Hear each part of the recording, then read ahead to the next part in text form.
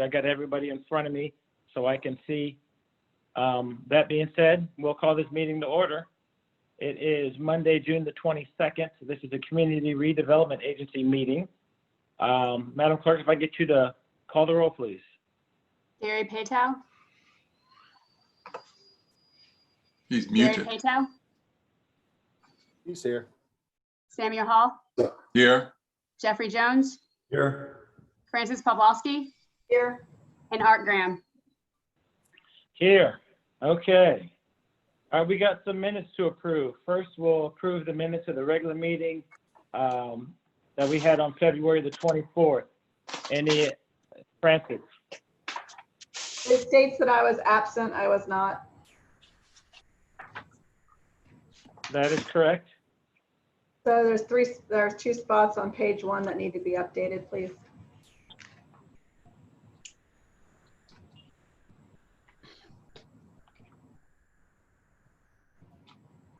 Two spots about you being there, you mean?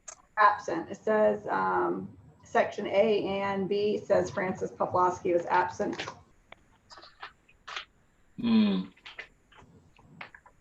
Were you not here for the first vote? I believe I was. I went back and looked at my calendar and I would have been in town, so I believe I was at those two. So I either my notes are wrong or these are wrong. There was one meeting that Francis was absent for the first two sections. So I think that was the meeting that it was not. I will verify. Okay. But I'm fairly certain she came in a few minutes late. And you said to just mark her as there when she got there. Yeah. That's why the So third minutes for on tonight's meetings, or the third item on that agenda, or that minute, what she's put as all ayes and approved on that. That was our very first YouTube meeting. No, that was in the actual meeting itself. That was the actual meeting. It's at 5 o'clock. Yeah. But if you just don't mind double checking, I would appreciate that. Yes, ma'am. Outside of that, does anybody have any other corrections to the minutes dated the 24th? Well, though no further Okay. corrections, I would move to accept the minutes. Second. I have a motion to. It's been moved in second. All in favor say aye. Aye. Aye. Let the record show ayes have it. Okay, number B, letter B. The workshop dated February 24th. Any corrections to those minutes? Then I'll entertain a motion. I'll move to approve the minutes dated February, or what date was that? The February 24th. It's the workshop 24th. 24th. I second the motion. It's been moved and seconded. Any further discussion? Seeing none, all in favor say aye. Aye. Aye. Okay, the ayes have it. The third one, approval of the special workshop on May the 26th. Any corrections, Mr. Jones? Yes, on the item B, which was the bike path, we had a rather extensive discussion of the two proposals and a clear preference, as I recall, expressed for the south side alternative, which was the original proposal. And I would think that the minutes should reflect that we considered both and had a clear preference for one of the two proposals. I agree with that. Mr. Madam Clerk, what do we need to do to change that? Somebody have any language? Yes, sir, Mr. Chairman, if it's all right with you. After the last paragraph, the last line in item B, project engineer Cale Moore and Mr. McKee answered various questions from agency members. After that presentation, the agency unanimously voted support for the south side alternative, something to that effect. Mr. Jones, does that work for you? That works for me. Any other questions, concerns, comments? Was this an item that we, Seeing I'm sorry, Go ahead, Mr. Paytel. was this an item that was voted on the, at the workshop? Because I didn't think we voted on anything during a workshop that was at our general meetings. You are correct, sir. It was I not an actually- action I item for that agenda. It was, however, it was just canvassed, just as city council was in their prior meeting. They were just canvassed to get their general opinion about it. So you are correct. It was not a formal action. So the CRA It wasn't a formal, unanimously it wasn't a formal action, but I polled the membership to make sure that everybody was on the same page. That's right. and the preference was for the southern alternative. Okay. Thank you. Yes, sir. Good point. Any other comments or questions or concerns on those minutes? Seeing none, I'll entertain a motion. I'll submit a motion to approve minutes for the workshop on May 26th, As amended. As amended? as amended, yes. I'll second that. It's been moved and seconded. Any further discussion? Seeing none, all in favor say aye. Aye. Any opposed? The ayes have it. Okay. Downtown Cape. Mr. Sharp. Yes, sir. What happened since we spoke to you guys last? How was the last protest and march? Well, the second one with the march was actually very good. A lot less individuals joining it. It was only about 400. They took a quick lap around, basically from the band shell to 3rd Avenue, then up to the boardwalk and back around to City Hall, basically right in front of City Hall. All until it was about an hour and a half, 2 hours, and they were done. It was very peaceful, no issues at all. So that was a nice one. Since then, we've had this past weekend was probably the best as far as no issues at all. There was basically 4 or 5 bars that were still closed from the corona, so it was pretty empty down in the area, and that was a relief as well for police. So the thinking is that all the bars will be back open this week after they get their test results back and things like that. Did we have any carryover to the police department from some of those bars that tested positive? We have no officers right now that are quarantined or getting tested. Everything, all the tests that the officers have taken are negative. Anything else go on in the last 2 weeks of note? No, it's pretty much status quo from that. No protest plan right now in Jacksonville Beach. And nothing else on the horizon besides 4th of July coming up. Any, what do we have planned for that since there's no fireworks? We still have increased staffing. We know it's going to be a busy weekend, especially as the fact it's on a Saturday. And we still don't know all the locations of the fireworks. And I don't think a lot of the citizens know either for Jacksonville. So we're on status quo with that. But we're expecting still a lot of individuals at the beach, especially with the being a Friday, Saturday, and Sunday. And we always have a large increase in individuals coming to the beach to party. And basically, the calls for service start around noon all the way up till 3 o'clock at bar closing. So we plan on being busy. We have increased staffing for the entire department.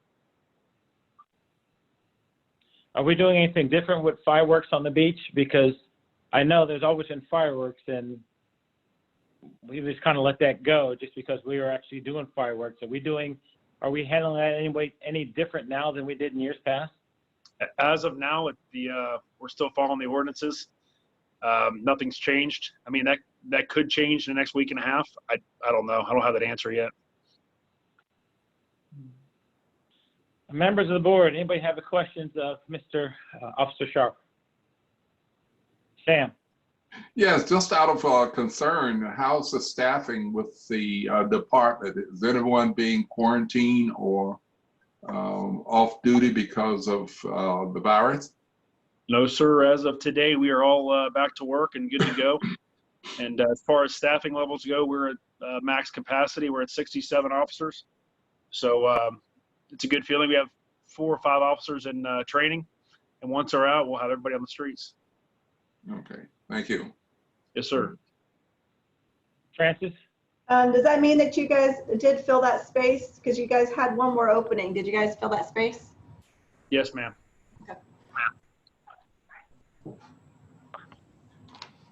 Anybody else?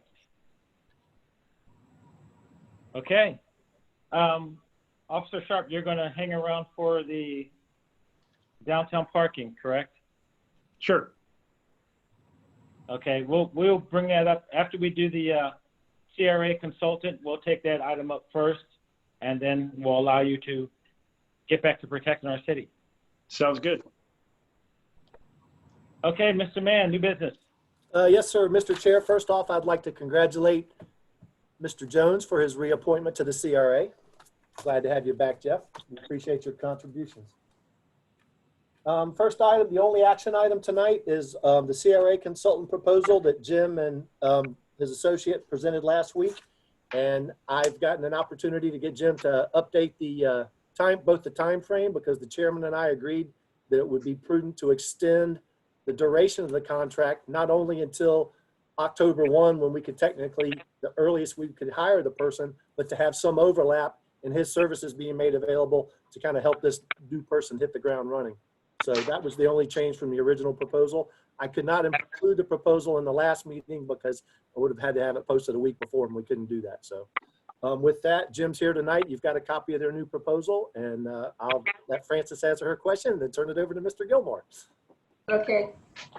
So old business, I don't want us to forget about that part. There are some things that we were talking about before COVID happened that we were supposed to address as a group to propose to City Council. The last meeting that they had, they voted on where to put Memorial Park, which is something that I proposed to the group to discuss in a workshop, and even had some stuff. I sent Bill Mann an email saying we still haven't had this discussion, and I'm really concerned that the CRA hasn't presented to them. So I'd like to make sure that we still address that at some point. And I also want to address some of the South End updates that we were supposed to do a workshop for that we haven't done yet. And I know that's kind of coming and at the bottom, but as far as old business, if we can at least address when we're going to talk about those, I'd appreciate it. We will tie that into item C when we get to South End projects. Okay, thank you. We're still on the Gilmore contract. Any questions of Jim or Taylor? Concerns? I had a, Yes, Gary.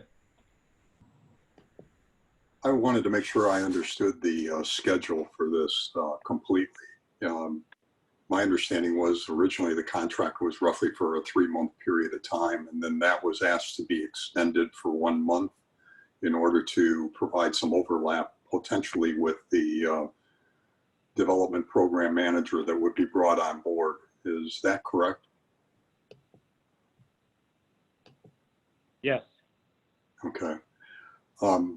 Are we sure that we're going to be able to bring this person on board within the next 3 months, that there will be a 1 month overlap?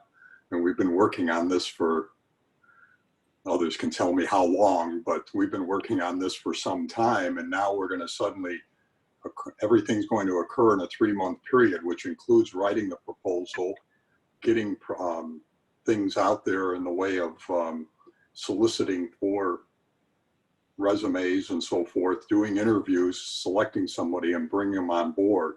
We've got a 3-month schedule to do all of this. I would hope we can, but to me, based on past history, I'm a little concerned. Well, I'll let Mr. Mann answer that question, but Bill, if you would, on top of that, if we need to, we can sign this contract that's in front of us. If we wanted to extend this contract, what do we need to do that? If you can answer that question as well. Yes, sir, Mr. Chair. It is anticipated, and this is based on the information provided in Jim's proposal. They think they can get the job description, the communications assistance, the communications outline for this person, and the the toolbox of incentives. They believe they can get that together within that time frame. I cannot tell you factually whether or not this is a unicorn position that we can't fill in a month or two, or maybe we fill it 2 weeks after the proposals go out. I can't address that. I can't predict that far into the future. First off, this is a proposal and not a contract. So if you do approve it to go forward, we'll need to sit down and get a contract because the dollar amount right now for 4 months, I think would be a little over $26,000. I don't believe we have that amount left in our professional services for this year. So it may have to go to council just for that. But Mr. Gilmore is correct. As a sole source, we don't have to get competitive bids for it. I know that's a detailed answer, but does that answer your questions? Gary, and then Mr. Gilmore. I guess I'm just trying to go back to the numbers that you just put out there, Bill, because it's $6,500 per month. So, okay, that's $13,000 for 2 months. And then for 4 months, you're saying it's $26,000. Yes, sir. Okay, I got you. And so that will need to go back to City Council for approval. I've got to check with the CFO to see what the account balance is under professional services. I don't have that number on the top of my head right now, because you'll remember we've also got Mr. Shepard working on the downtown plan consolidation. And I don't know exactly where that is in the billings right now. They have not exhausted our entire amount of money, but I think in the back of my head, we had 30,000 budgeted for the beginning of the year. Okay. Mr. Gilmore. I was going to say to Gary's question, tough deadlines give us an important incentive to get the work done. And one of the things that we're going to do and start on immediately after tonight's meeting is to give you a time and task schedule with dates and timelines with specific points based on the proposal to give you a guideline of how we're going to proceed. We certainly can't, Bill has got to manage the hiring process from his perspective. But in terms of working to identify ways and means to hire, job description, everything else in there, that we can get done. Gary, you still have the floor. One thing I would just like to add to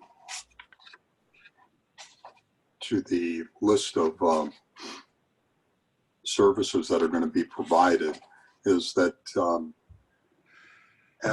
on an every 2-week basis, we get some kind of a status report and understand where all of the tasks are at and where we're lagging or where attention needs to be put, so that we maintain a schedule that allows us to complete all of these tasks within the 4-month period of time.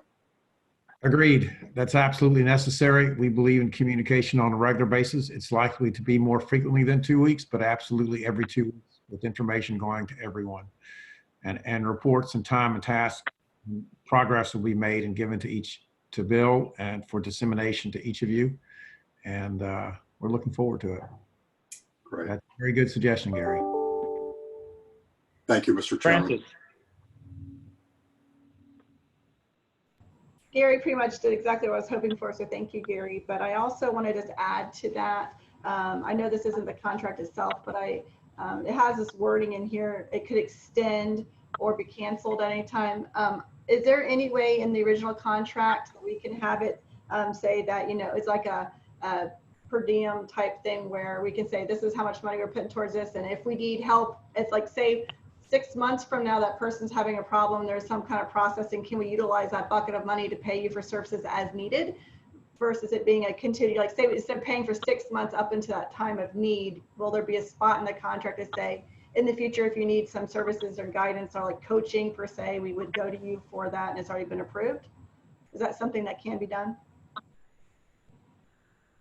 Mr. Mann. I would suggest that between Jim and Art and I, we come up with a fixed fee amount. If it's for the 4 months, it happens to be $26,000. We'd add a contingency, and a 10 or 15% contingency would allow for additional consulting time frame. With the contracts, the reason I'm saying that is if you're like, I'm kind of looking at them as like coaches, right? So if you hire a coach in any of your industries, sometimes you can put like a certain amount of money into a bucket. And if you run into problems or if you need some special guidance in what you're working on, they kind of like per hour take away from that set of bucket of money that you put aside for help for certain projects. I know this is more like setting it up and what have you. is that something that we would be utilizing here? Or is it just strictly going to be, let's get the door open and then we'll be done with you? I mean, I'm just kind of asking. Well, in the initial budget to be approved for the next fiscal year always has a line item for professional services, and it's simply a earmarked anticipated amount of money. It's not fixed to any existing contract, but we can make sure that if we have any other planning needs, like if we want to do a south end plan consolidation, when we do next year's budget, we can keep all that in consideration, plus the potential of Mr. Gilmore providing additional services in the next budget year, which starts in October. Right, well, I just was curious if that's how the Gilmore group works. So I was just wondering if that's even an option. I guess you guys will deal with that when you guys do your contract. I can respond to that. I would say that we have a very intense scope of services for these next 3 to 4 months. And so generally for other additional services and that, we have an hourly rate. We try not, no offense to any lawyers in the room at this point, we try not to bill like lawyers and accountants. So consequently, we try to take that into consideration when we adapt our billing mode. But yes, certainly that's entirely feasible and possible. I like that to be in the contract if possible, some kind of thing to that. And then the last thing I'll say, and I'll give up, I'll mute myself after this. I would love for when we do the budget in October, $30,000 is such a small amount for professional services, especially if we're trying to actually get the CRA moving. I mean, if you think about the attorney we've hired and these guys, 30,000 is almost laughable. So I think that we should have a serious set down about how much professional services we've used in the past and have a more realistic number when we do our budget. So we don't have to keep going to the city council saying, hey, we went over our $30,000 this year. It's like a bigger, broader number if possible. Thank you. Francis, I agree with you. I look at Jim and Taylor as a crutch. We may have to pull that crutch out from time to time when we start limping. So I think when it comes down to budget time, we should have some more money set aside in professional services. Especially you look at some of the stuff we're going to do on the south end. I think there's going to be some needs down there as we talk about a multi-use path going through the whole south end, maybe through the entire city. So there's a lot of things that we can reach back for. And so there's no reason why we don't have money set aside for that. And I don't know if we have to do this every time we bring Jim in, or if we can just, how we decide to do that. I think that's a good suggestion to bring forward, and we can talk about that moving forward. Anybody else about the proposal we have in hand? Okay. All right. I guess we're voting on this. Madam Clerk, if I can get you to call the roll. Oh, Mr. Hall, Sam. Oh, I was unmuting. Okay. Madam Clerk, if I can get you to call the roll, please. Yes, sir. One moment. Mr. Chair, just for clarification, it's a two-part approval of the proposal and also authorization for yourself and I to sign the contract. It's worded in my staff memo. Is it? Yes, sir. Did everybody hear that? Yes. Yeah. Yes. I guess we need a motion. Let's go with the motion first. I'll move that we approve the proposal with Gilmore Hagan as presented to us. I'll second. With the ability for Bill Mann and myself to initiate the contract and sign it? Yes, that's correct. I'll second it. All right. We have a motion and a second. Any further discussion on that motion? Okay, Madam Clerk, now if I can get you to call the roll, please. Gary Paytow, Yes. Samuel Hall, Yes. Jeffrey Jones, Yes. Francis Pawlowski, Yes. and Art Graham. Yes. By your action, you've approved the motion as stated. Thank you very much. Okay, next thing is we're going to do the downtown delivery parking while we have Officer Sharp on the line. So, Mr. Jones, I think we'll go to you, or Mr. Mann, whoever wants to start this first.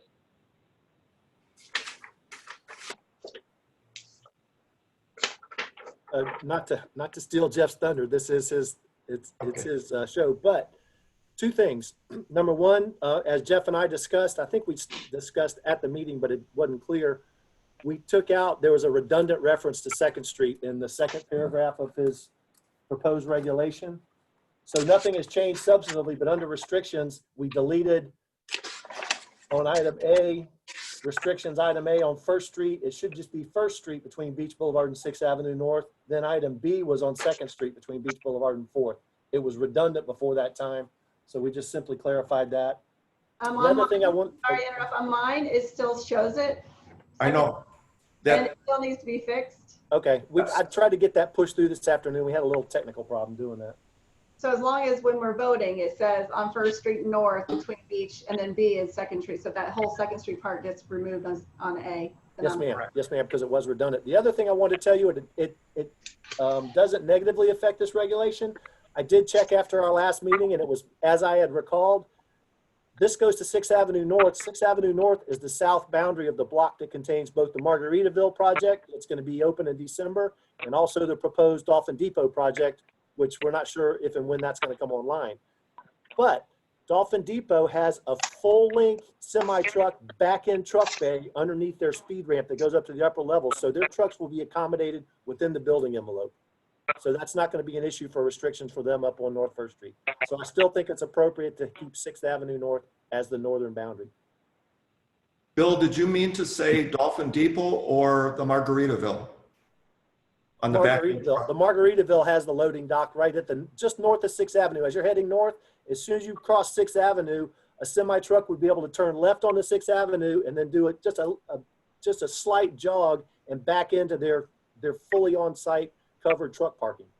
But that's Margaritaville. The Dolphin Depot plan has no vehicular access at all on First Street as was designed.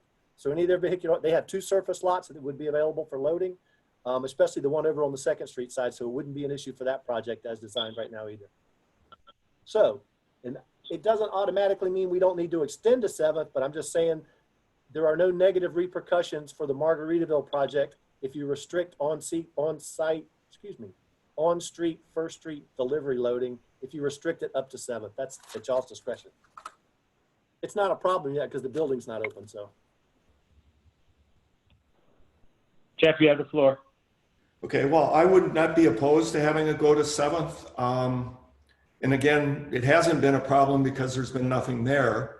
So I guess maybe in anticipation of it, 2 big projects or 2 big buildings on either side of the street, perhaps we should propose that it go to 7th Avenue North. But again, I don't have any feelings strongly one way or another on that. Well, and to your point, as currently worded, there are no restrictions on using 6th Avenue as a loading area. Right. 6th Avenue would also serve the Deli-Cone Center. The Deli-Cone's got that full drive-through parking lot, so I think it would be reasonable to direct, if we're going to have issues up there, maybe to direct them on 6th Avenue as well. This ordinance does not, or these regulations don't preclude the ability to park on 6th. So that's up to y'all. If you'd like to extend it to 7th, we can do that very easily. Jeff, are you proposing that amendment? Sure. Okay. I'll second that. Okay. My only We'll other hold off on question was for Bill. In reading over this intent thing, Yes, sir. should we make references to, number 1, public safety as a reason, in addition to traffic flow and bicycle traffic, and also maybe put a reference to pedestrians, because when there's a blockage, you've got cars, bikes, and people trying to get through the same narrow spaces, all at the same time. You've got some suggested language. Yeah, I understand what you're saying. Let me look at it.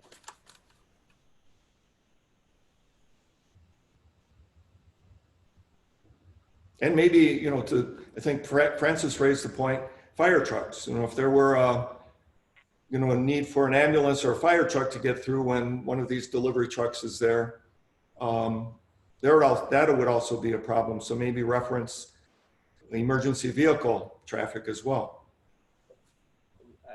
I understand your point. It clearly says in order to prevent the blockage of vehicular and bicycle traffic on certain portions of First Street and Second Streets North. Okay. I'm open for, it's your regular, it's fine. However you would like. I can't think of anything off the top of my head how to work that in, but. Well, I would put pedestrian as a, vehicle, bicycle, and pedestrian traffic. Well, there shouldn't be any pedestrian traffic going parallel to the traffic flow on First and Second Street. It's a bike-friendly part of First Street, but people aren't supposed to be walking with traffic down the middle of the road. But when the bikes are forced to go into the sidewalk, because the cars and whatnot are single file trying to get beyond the truck. I'm reading it again to try to figure out how to. If you see a time when it's busy and there's a truck there, it's people stepping aside and walking around each other and, You can put at the very end of that at the very end of the intent statement, then we can put a comma in order to, I don't know. That's if it was in my head, I'd already have it out. I understand what your intent is though.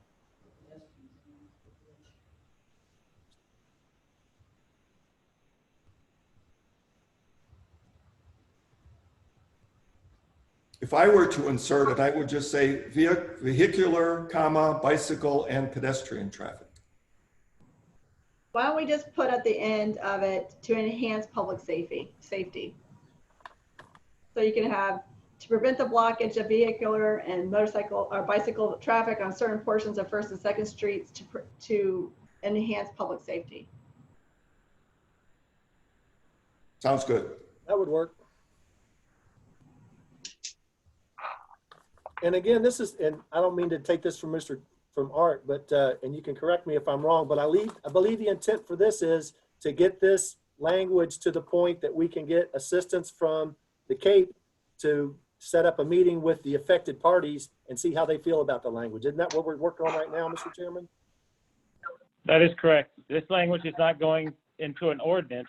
I mean, right now we're just trying to get the word out. And so this is just to be clear to the business owners and residents out there what our intent is. And then we will go to both the Cape officers and hopefully either Jim or Taylor could help with this as well. I think this would be a good way for them to kind of kickstart everything with them actually reaching out to some of these business owners out there Great way to with this.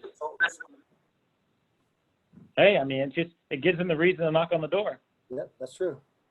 Jim or Taylor, you guys got any comments on that?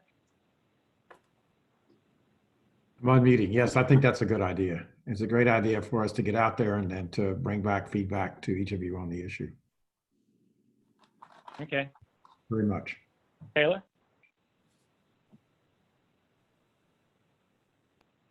Sorry, my unmute button was hidden.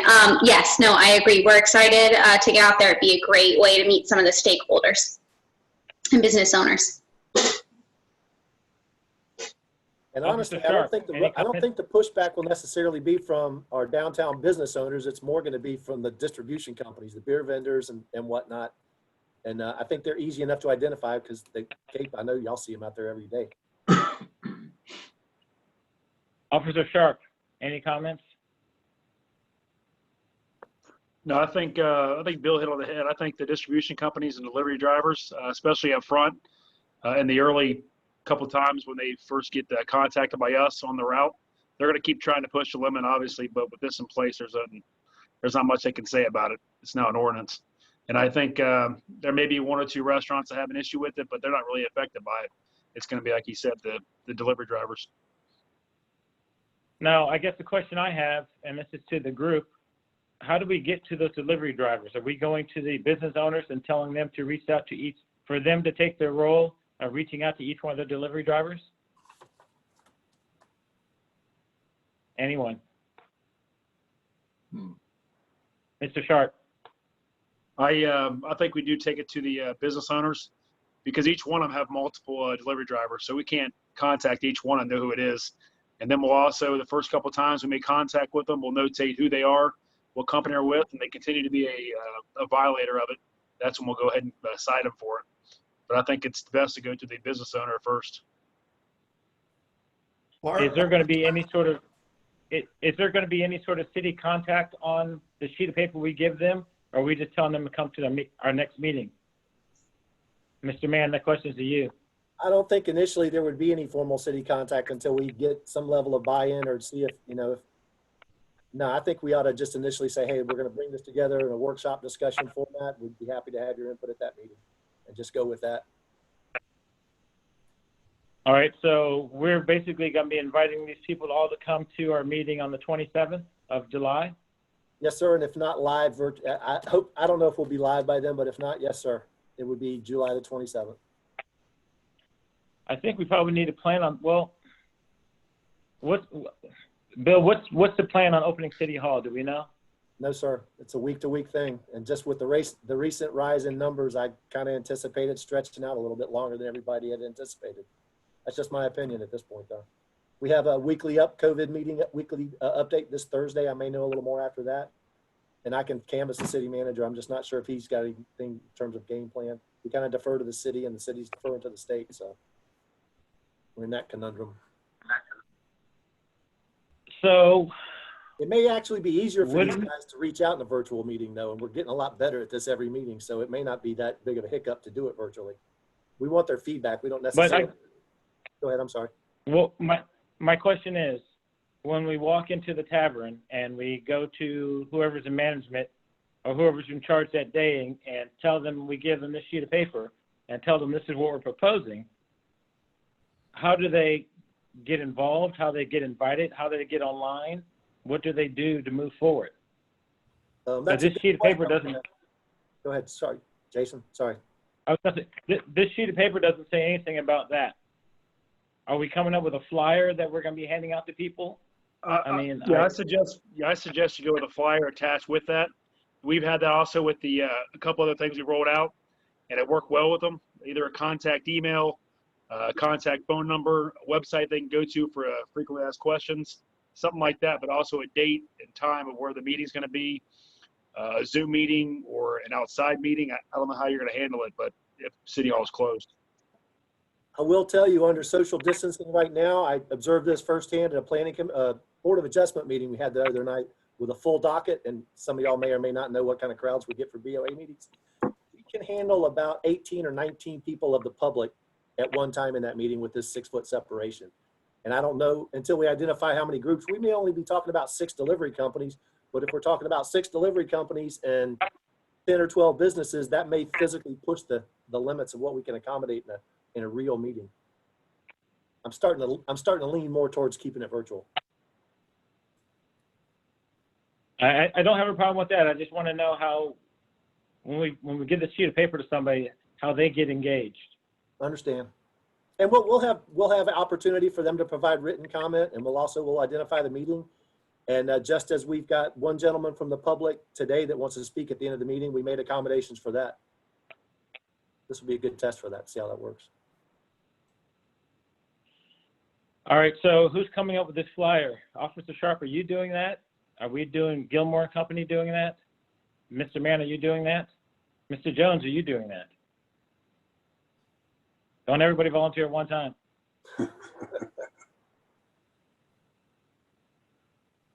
Well, if someone had an example, I think Mr. Sharp said that there was a couple prior occasions when they used the flyer.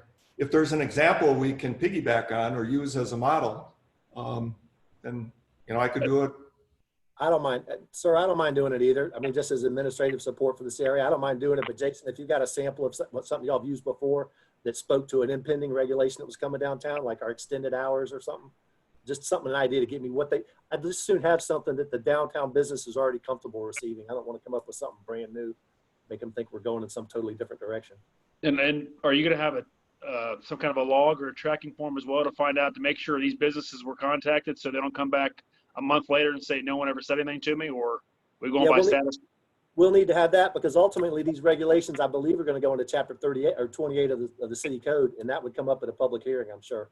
So yeah, we'll do that. We'll make sure that we're dotting our I's and crossing our T's as we notify the businesses. Bill, I can get with this week and we can go over some things. Okay. If you're good with that. Yes, sir. That's fine. All right. Since it's on my mind right now, we're going to have another meeting before our official meeting. So I'm looking at kind of like that same Wednesday that we did this last month, which would be the 15th of July. Does that work for everybody? It's a Wednesday. It works for me. What's the topic? Go ahead. Works for me. I'm okay with that. Gary, I didn't hear you. Yeah, I'm fine. Okay. What would be, And what would, the number one topic for that is going to be this form and notifications. And it really shouldn't be any more than an hour because we just want to make sure that we have all our ducks in a row. So when we have everybody online on the 27th, we're not overwhelmed. Francis. Art, didn't we say we had to give them 30 days to have it passed out and give them notice before we did this? If we have a meeting on the 15th, then we're not gonna be able to do our open to the public 2 weeks later. Didn't we originally say we had to give them 30 days, or didn't Bill say we needed that? Well, this is not an ordinance. All we really do is trying to get feedback. I mean, so if Bill and Officer Sharp get together this week, we can start, you know, we should be able to have all that stuff out in 2 weeks. and I've got to have it out. I just want to, Go ahead. I didn't hear, go ahead, Bill. I'm sorry. I've just got to, if we're going to do that on the 15th, I've got to have it posted on the website on the 8th. That's got to be on our website. The agenda, the detailed agenda item would need to be prepared by the 8th. And I don't have a problem with doing that. I'm just telling you, I've got to have it by the 8th. Well, no, that's fine. The agenda for the most part is just going to be this downtown parking. Right. And we just want to make sure, I just don't want to be sitting there not prepared on the 27th. And so that way, if you guys run into any hiccups between now and the 15th, we can talk about it on the 15th. And if everything's go on the 15th, you would anticipate having that public meeting at the July 27th, whether it's a Zoom or not? That is correct. Okay. Francis.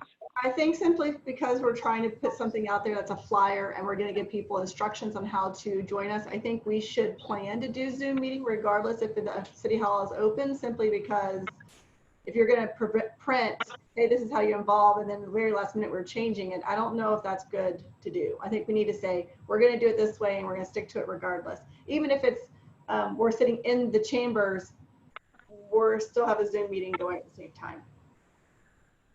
I apologize for not being clear. That was my intent. That go ahead and have the Zoom meeting. Because when we put that flyer, it's got to, whatever goes on that flyer is what we're going to do. And right now we're talking about putting a Zoom meeting on there. So that's what we got to stick with. Okay. Along that timeline, if this is a July 27th action item, the action item at that point would be the CRA making a recommendation to the city council to amend the correct portion of the city code of ordinances to include these downtown parking regulations. I don't know if we have to have an action item that night. I mean, I think we can get the input and we can do an action item the following month. So that's an item for discussion then on the 27th. That gives us a little more flexibility in case there's a big hiccup or they come up with ideas that maybe we haven't thought of yet. That's probably okay. So I'm just trying to understand procedurally going forward. So it'd be an action item. Yeah, okay. I don't see the need us trying to redraft something we're going to vote on that night. We're taking input in. I just wanted everybody to recognize that the final product from the CRA will be a recommendation to City Council to amend the ordinance for downtown, or for the downtown parking. Anybody else?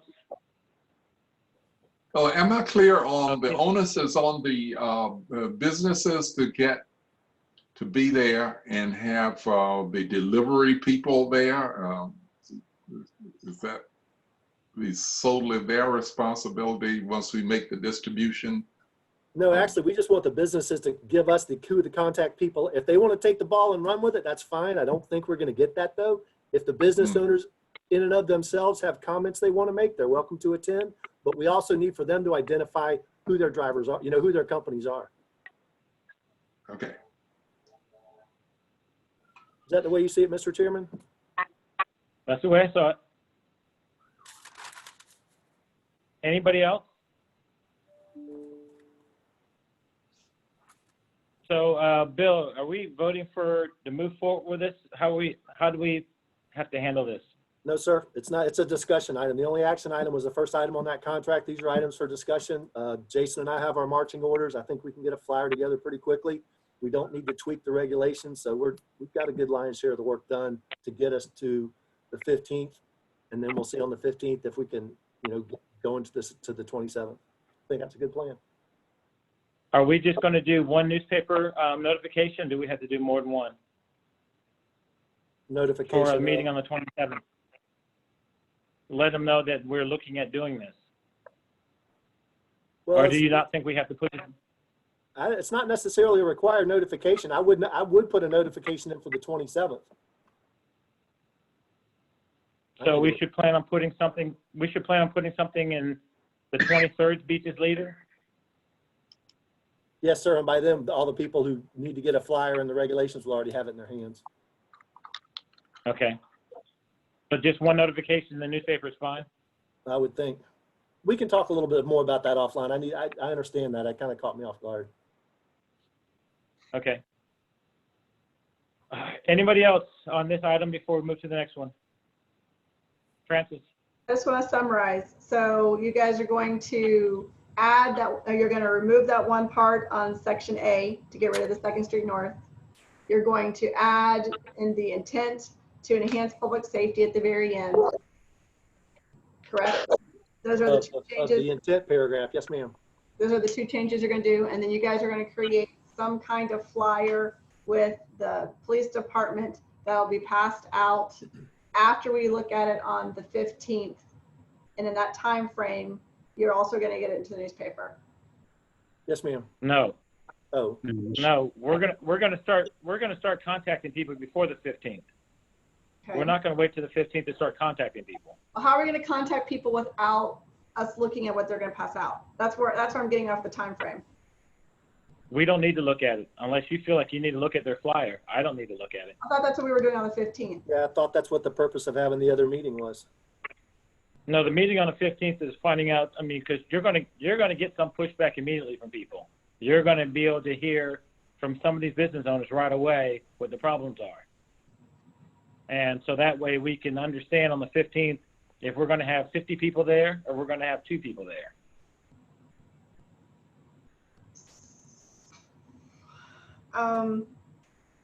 My understanding or what I'm envisioning is Bill and Jason are going to get together in the next 2 or 3 days.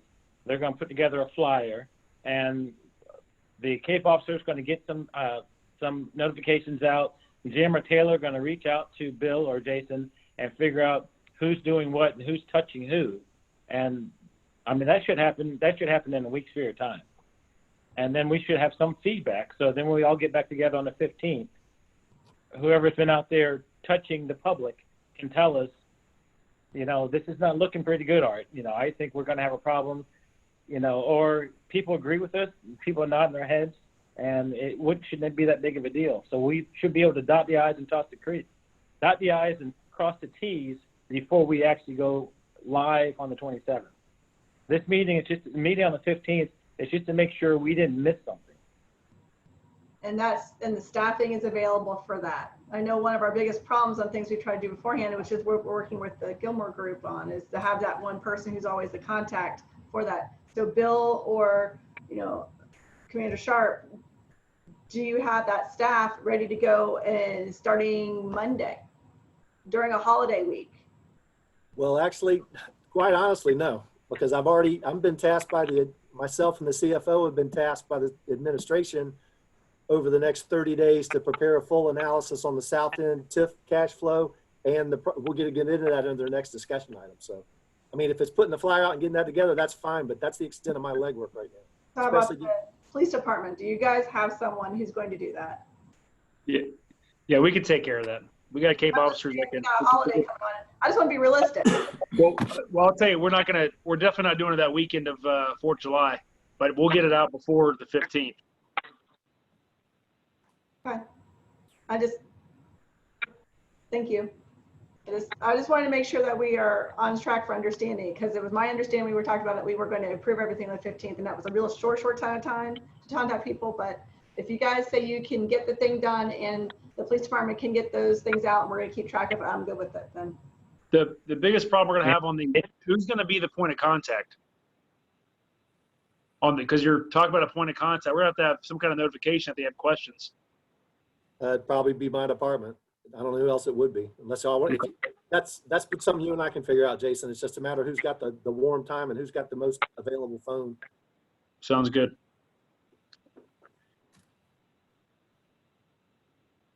Anybody else?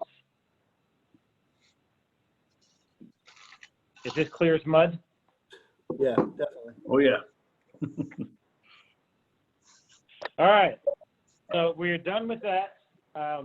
Officer Sharp, you can stay with us if you want, but that's all we really need for you. Perfect. Gotta pick the kids up, so I'll see you guys later. Thank you. Thanks, Later. Jason. Thanks.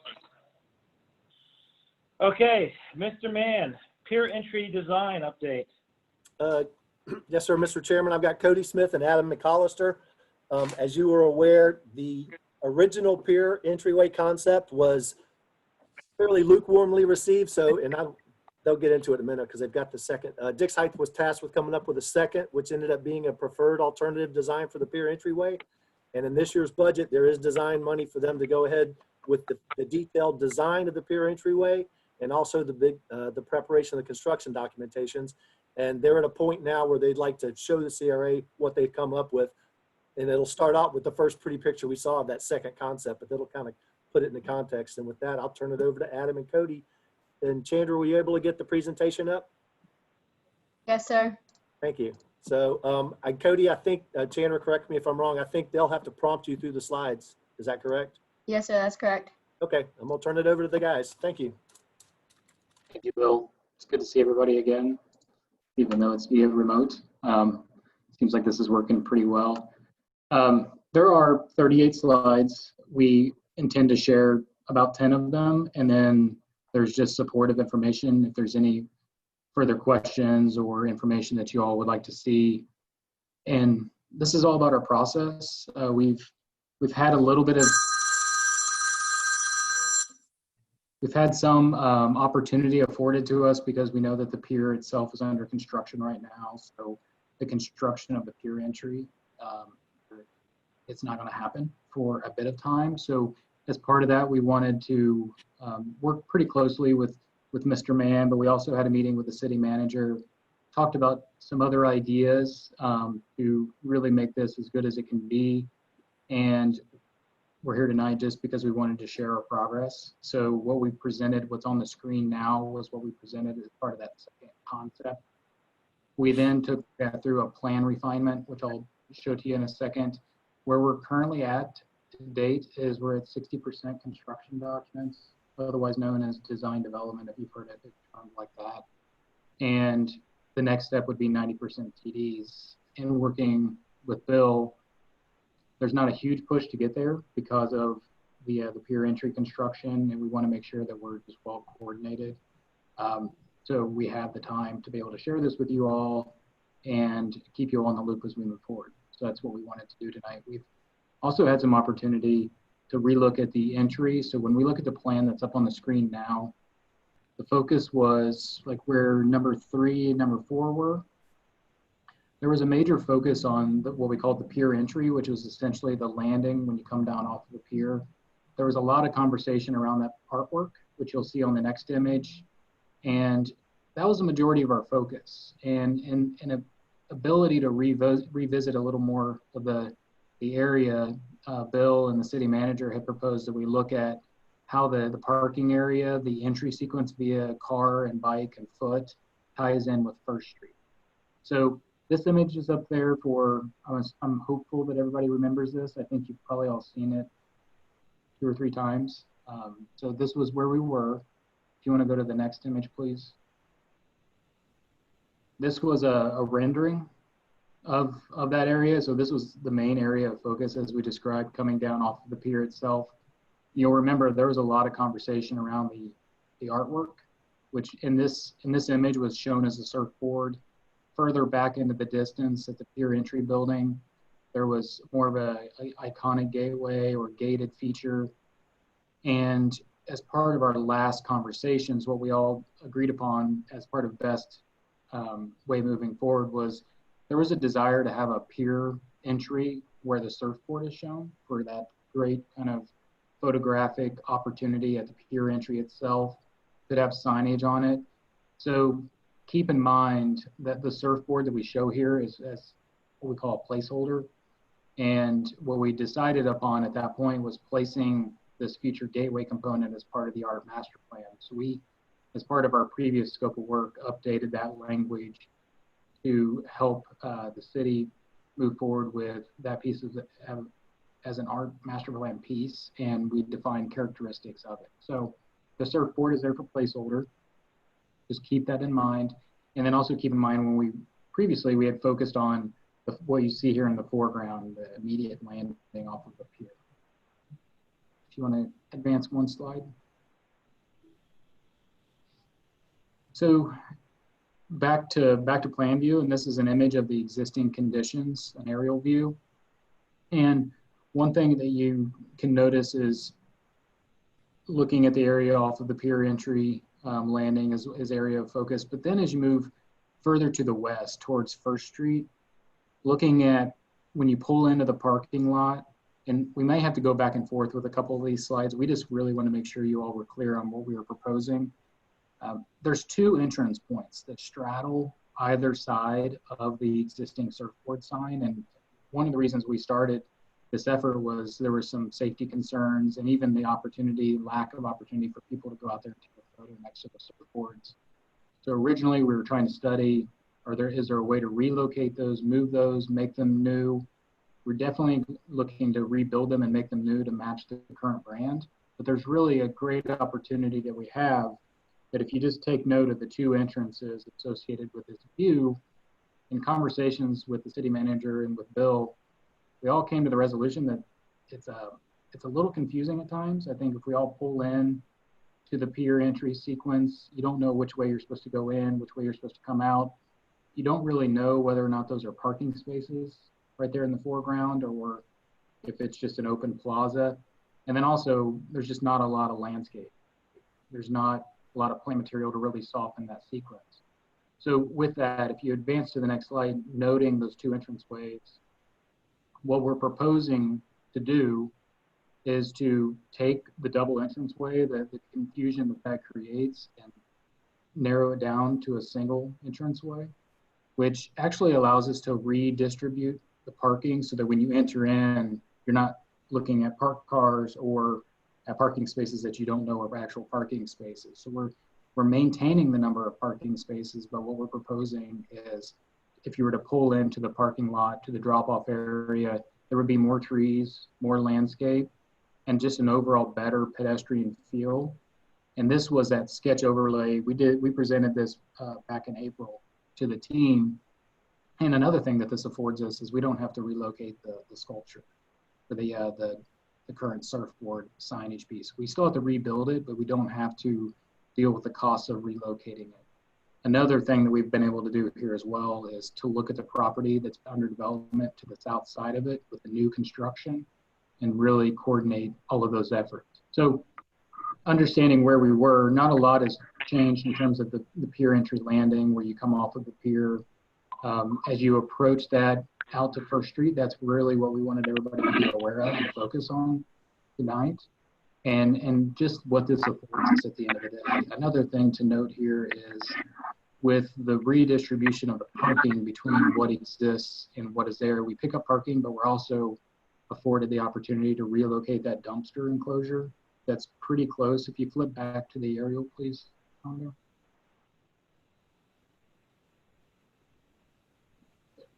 There you go. They're right there in the center of the screen, just south of it, looks like a semi truck is parked there in the center. There's a dumpster enclosure. That area right there, it's kind of back of house, not the most attractive thing. So we can actually take that and relocate that to the northernmost part of the property next to the restroom building, make it nicer, rebuild it. We had proposed wrapping that restroom building with a mural, so we could do the same thing with the dumpster enclosure. So there's just a lot of really nice benefits with this adjusted entry sequence. So if you can go ahead and advance a couple of slides. And then, so where we are today, we just like to keep everybody in the loop. Where we're at today is we've taken this to design development and have placed it into AutoCAD, worked through all the patterning and refinement, and we've issued this entire design development set to the city. Bill has it. Hopefully you all have it in hand where you can dig into it in a little more detail. But what we wanted to highlight here is if you go to the next slide, what's shown in red there, tried to make it really clear, is what is red is existing, and you can see what's black is what we're proposing. So you can see the shifts, the adjustments, and our main goal in this is to make it much more clear when you enter in, redistribute the ugliness associated with the dumpsters and some of that to a different part of the site, and then get more plant material, more trees upon the entrance, as well as kind of dress up just the edges along First Street for the parking lot. So that's the majority of what we wanted to share. We've got a couple of images. If you advance. Cody, I'll just mention one other item. If we were able to align the entry drive with the adjacent street. So not only the shift, and now aligns, I believe that's 4th. Previously, there's a slight jog in the alignment that you can see in the aerial photo, but with the shift, so there. That's a good point, Adam. Thank you for that. And another thing that really allows us the opportunity of is that gateway that's going to be a future art piece. Imagine something bridging over top of the pier entrance as you walk through. That'll be on axes of that street connection. So you'll see straight down that edge. These are the materials that we're looking at. So this is hardscape. We're using some form of like a sand fence, and in the bottom middle image, we're using concrete and pavers, but the concrete's going to have some colored glass in it as well as some exposed shell. So it's going to feel very beachy. We're going to propose these. This is the palette versus what's out there today. It has a lot of red mulch, which doesn't feel in tune with the beach.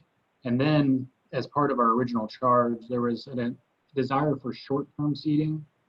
So what we're proposing is in the top right image, that's a large boulder that's pulled out of the earth just like that. And so there'd be a series of those that actually serve vehicular control access, keeping cars from pulling into the plaza, but it's also short-term seating.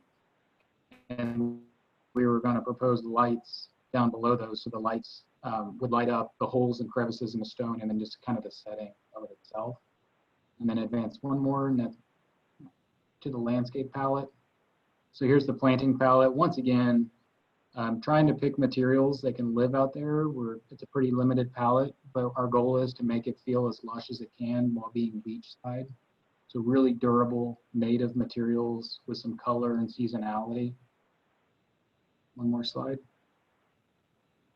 And then as a point of the original study, if you all remember, with the lighting plans for downtown, all up and down the existing boardwalk, there was a desire to get some better performance from the lighting that's out there. So there's the lights that happen, 40 or 50 foot on center as you go down the boardwalk, but those create dark spots in between them.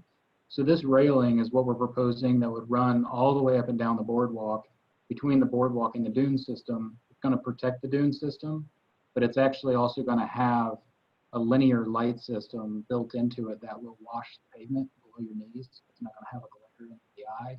So it's serving dual purposes, and something we've talked about with Bill and the city managers, getting some piece of this installed and fabricated to make sure that it really works from a price point, but also is long lasting. And we have that time to do that because of the pier construction timing and everything else. We really want to make sure that this is going to work long term and meet the desires of the city. So that's all we wanted to share. The remaining pages of this is just our design development set, which has a lot more detail. So we're hoping to stay bigger picture with you all and just get you caught up to speed. Happy to answer any questions you might have. One point to the members while we get into this discussion. I've got the digital file of this pier entryway plan set. I have not printed them out, but I can get you a thumb drive that's got the plan sets in, or I can print. I just didn't want to go ahead and advance print multiple copies of this because it's a big and pricey effort. These are big files. But however you would like to look at them, if you want to come in and look at them, or if you've got a thumb drive, or I can buy some thumb drives and get them out to you. It's kind of cost prohibitive for me to print out full plan sets at this point. So just at some point, keep that in mind. I've got the full detailed set of plans that they've come up with to date. You saw the highlights. You just saw the highlights of them. Jacob, if you're still with us, can I get you to put everybody on one screen? Actually, it'd be Chandra now at this point. Jacob's doing this council briefing. Thank I'm you. working on it. Thanks, Chandra. You got it. You're good. First question I have, Mr. Mann, whose dumpster is that? It's a city-owned dumpster. I'm not sure to whose benefit it is. That was my first question as well. I know that dumpster's been there and it's very convenient to the stores right across the street, but moving it to the north a block or two, I don't think it'd be any less convenient than moving delivery trucks from their immediate front door to around the corner. I'll find that out. I don't know. Off the top of my head, I don't know who uses it. Well, my question is, why do we have it, if the store's using it, why do we have it on their property? It's a good question. I can try to get an answer for you. I don't know. That predated me. That dumpster's been there for a good while. Or if not that, Okay. ones that, the predecessors were just open dumpsters sitting out there, I believe. I can find out for you though. Any questions for Cody or Adam? Francis? I guess before I ask my question, do we have any say at all, or is this at all for this project? Francis, Yes, you ma'am. have all the say that you want.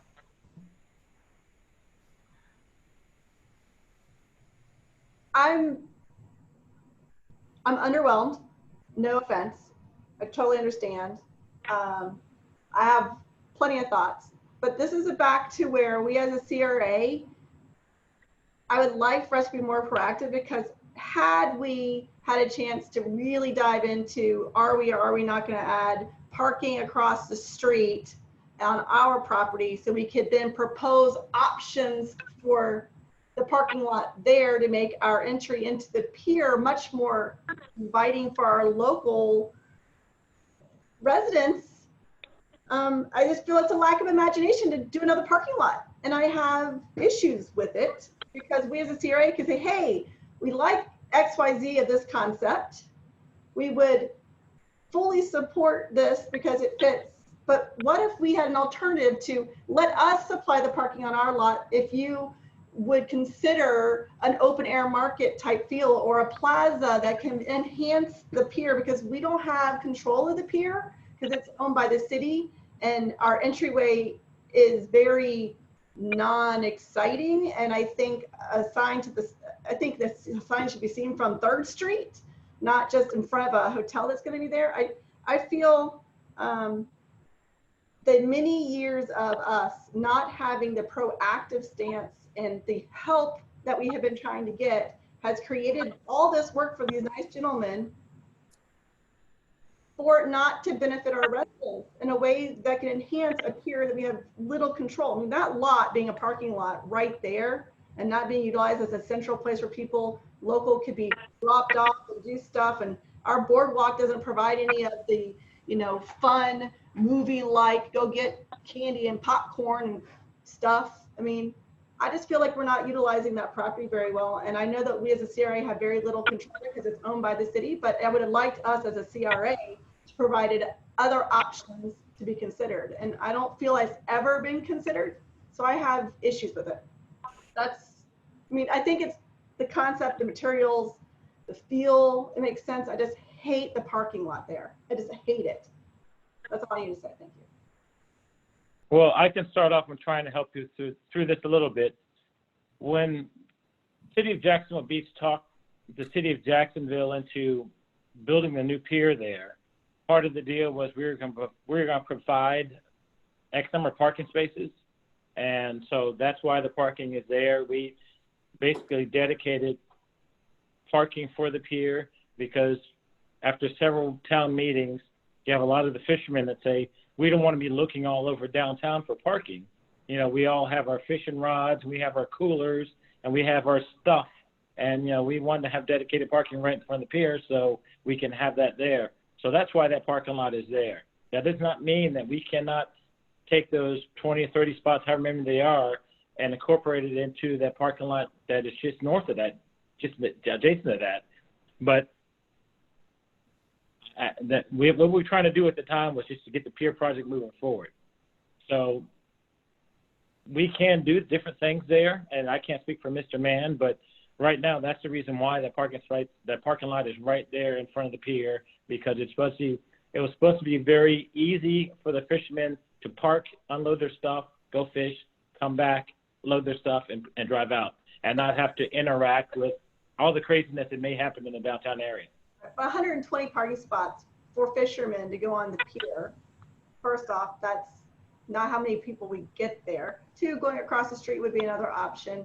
3, there's more people who would utilize that space if it was more, I just remember back, even when we had strip clubs on First Street, we still had things you could go to get drinks. Like you could be on the beach and you could send your child up to the boardwalk and get a corn dog from the little teeny place that was on the boardwalk. We don't have anything like that. Nothing in the works for that. It's all hotels, or it's these big bars that you can send your child to go get something up there.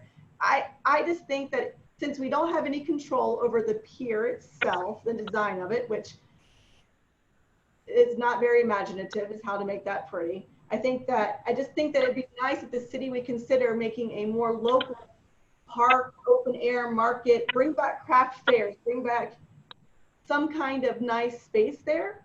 If we as a CRA could coordinate with them we know you have these 120 people, 120 parking spaces or however, we will provide those parking places plus more right across the street. And hey, fishermen, you can go a block. I mean, a block's a block, but to provide so much more. So that's just my thoughts on it. I know we don't have any voting power on it because it's not our property. I think that, but I just don't want it to be down the line to where, oh, that does make sense. There, the things, that we're going to change it after you spend all this money on the pier having parking. You asked I asked if we had any opinion. I know we really don't get one. I just needed to state that because it frustrates me because we've had meetings. We were supposed to have a meeting. Still don't know how we propose anything to the CRA, even things in the past on different subjects. This is what I'd like CRA to discuss, because me as a CRA agree or not agree to propose it, and none of that stuff's getting done. And that's why you open the floor. That's my opinions. I do appreciate the work you guys have done. I'm not saying that what you've done isn't good. I'm just saying, me personally, I think that it has lack of imagination for use of city land for the use of our residents, especially if there's other alternatives that we can provide. Francis, I have to apologize. I thought I said 20 parking spaces, not 120. It's somewhere between those two. I think it's in the 90 range. I can get an accurate count for you, but it's more towards the 100 range than it is the 20. Jeff, your hand was up. Yeah, I don't see this as precluding or affecting in any manner what is done ultimately with the pier parking lot, if anything. This is a gateway to the pier. If for some reason we did something where there was no longer a parking lot there, I don't think we'd have to do much to modify this other than it would no longer be a vehicle driveway. Again, this is a gateway to the pier. I think we need something for that, and I don't see it having any effect on whatever plans may or may not be done with the pier parking lot. Cody? Yeah, and thank you for that, Jeff. We've tried to work, Francis, really as intelligently and strategically as we can. We know that a part of the vision plan that was put in place probably over a decade ago that talked about that highest and best use for that piece of property. And we still think that's going to come. And so what we're trying to do does not preclude that. What we've tried to do is it tries to better establish it, set it up, might even give a little more real estate. Our goal is to not redo the parking lot. We're not really touching very much of the parking lot at all. The only piece that we would be touching would be that fringe area between that gateway corridor and the parking lot itself. So I just want to make that clear that we agree with you and we're not trying to spend a lot of effort or money on the parking itself, but rather just the gateway sequence. And I agree with that. I understand it's a gateway, Jeff. I completely agree it's a gateway, but the proposal, so let's just say hypothetically, if we could convince and if we could as an agency come up with something and the city liked it, let's just assume all stars are aligned, right? With my own personal opinion, which means very little as a group. I totally understand that. But let's just say that if we're going from where you could do a roundabout because it's an in and out an entryway to a one-way in, and it ends up being a dead end at that point. So my concern would be if it did get changed later on, how would we reincorporate getting out if the rest of it was being utilized? That's my only concern. And I think it's much better than what's there now, 100% hands down do, but that's so, Jeff, I agree. It's just that we're supposed to be talking about a little teeny square, but it's the concept of the area that I would like to be considered. That's all. Mr. Mann. One point to consider in all the discussion about the design, even though looking at it on an aerial, that entryway appears to be part of the large city-owned pier parking lot, that is an extension. That's an oceanfront or a easterly of First Street extension of the 4th Avenue street end. For anything if that were to be privatized, let's say the city decided we want to do an RFP and put that entire tract out for market for a total redesign, it would take a vote of the people. It would take a referendum to abandon that 4th Avenue right-of-way. Just the right-of-way itself, the 4th Avenue, I think it's 80 feet at that, it's either 50 or 80 feet wide. So I understand, and I think Cody and them were mindful of the potential reuse. It may be that whatever happens on the pier parking lot down the road, I can't imagine it wouldn't maybe have at least one elevated parking deck on it. It may be a way that's how you get out of that property, is to come in through the pier entryway and then you exit through the property. It would be a design parameter. I'm just saying, I don't know if it may be realistic. The public may vote overwhelmingly. Yeah, we'd like to close that and privatize it, but that takes that process. I'm not saying it all privatize it. I'm saying nice open green space, not multiple buildings, but not a parking lot too. I'm saying kind of like Latham Park, kind of multi-use, whatever. That's what I'm saying. And it's not for me. I'm just saying I am not right now at all saying privatize it at all. I'm just saying me personally, looking longer term, and I don't want any more big buildings down there, especially got so many right there. But that was just my thought. Okay. Anyone else? Gary. I guess I somewhat agree with Francis and some of her comments. I'm concerned that we haven't really taken a look at this parking lot. To me, it's a big sheet of asphalt. That's all it is, just big sheet of asphalt. It needs to be softened up, some nice trees put in there so it doesn't read as just asphalt. Down by the bathrooms, we need to do something down there. Right now, you basically walk out of the bathrooms and you walk into the asphalt parking lot. And so there needs to be something in the way of maybe a little seating area, a little grouping area that's down there at that end and that's shaded, that people can sit and wait as somebody is in the washroom and comes back out again. At the entrance itself, it's a little hard to read it on my screen and what the scale truly is. So forgive me if I'm wrong here, but to me, it looks like there's a real traffic problem when you get down to the end of the drive as you get to the pier. To me, it looks like a very sharp turn there for a car coming in and also one coming out. And if it's a little larger vehicle, you're never going to make that turn. It needs to be softened, more of a radius put back in at that location so that some of the larger vehicles that I know go into that parking lot can easily get in and out.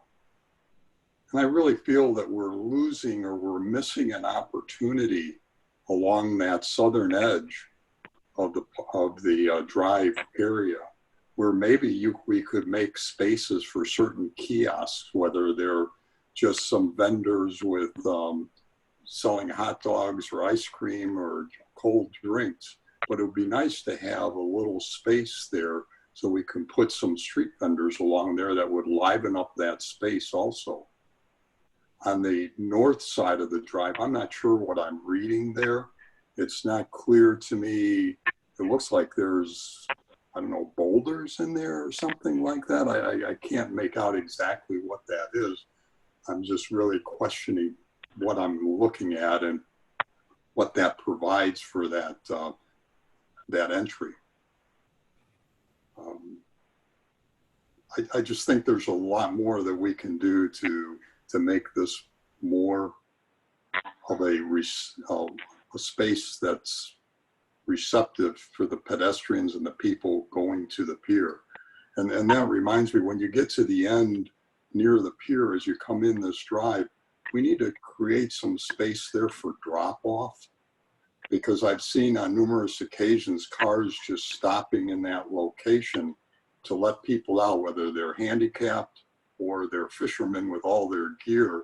They want to drop their stuff off, get out of the car, and then go park their car. Well, with the scheme as I see it right now, that would end up being a real traffic issue right at that location. There's not enough space there for, to drop things off. Those are basically my comments.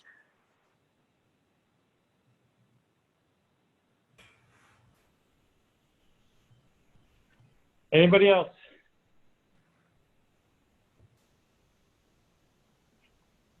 All right, I guess I have one other comment.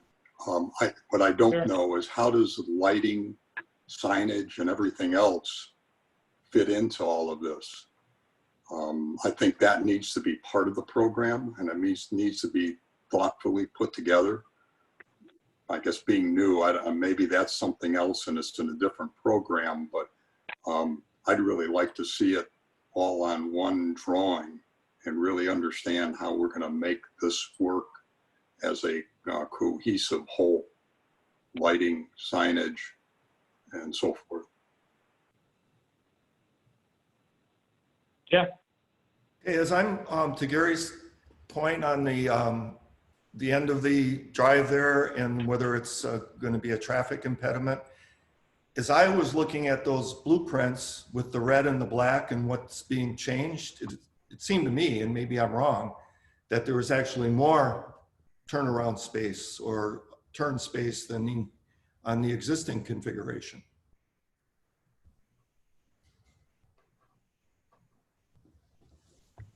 Yeah, to speak to that briefly, what we've tried to do is accommodate the vehicular turning movements, and we're working with our engineers to make sure that we have that. Even to Francis's point, what we really wanted to do is not make it feel like a car-oriented space. And I know it's tough. When we look at this and we start thinking about the sequence, one thing we can do is do car overlays on this for y'all so you can see the turning movements, drop-off zones. But as that space continues out into the vehicular space, that Market Street idea, the idea and ability to use it for various events, we can start to introduce those kinds of ideas to this concept. So the turning radius, it is there, but it's disguised visually so that it feels more pedestrian oriented. And then drop off and bypass and all of that is there as well. It's hard when you want to start having 2 or 3 lanes of vehicular traffic, but yet you don't want it to feel hard and hot, which you can feel in the middle of the summer, obviously. So we're really trying to balance all that out. But even to the point of vendors, market tents, whatever that might be, there's definitely opportunity to tuck them in to this scheme and design and really create a lot of double use, double function out of this. And on a daily basis, it handles cars and beach access, but in a special event or whenever you want, you can start to utilize it because it's dressed up, it feels nicer, it's much more pedestrian oriented. The comment about the parking lot in general, we are proposing additional plant material and trees within the parking lot. So we're not changing the parking configuration, but we are trying to get more shade and more comfort. That's one of our main goals, is try to increase just that feeling and the essence of when you're coming, understanding that you still are parking in the parking lot and walking up. Jeff, you still have the floor.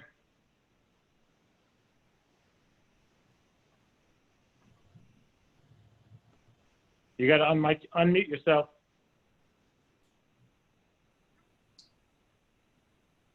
I guess at the top where you see those two rectangular boxes just before the pier. And then beyond that, there's 2 or 3, constructions and then that little black rectangle. Maybe cut that back a little bit to leave a little more room there.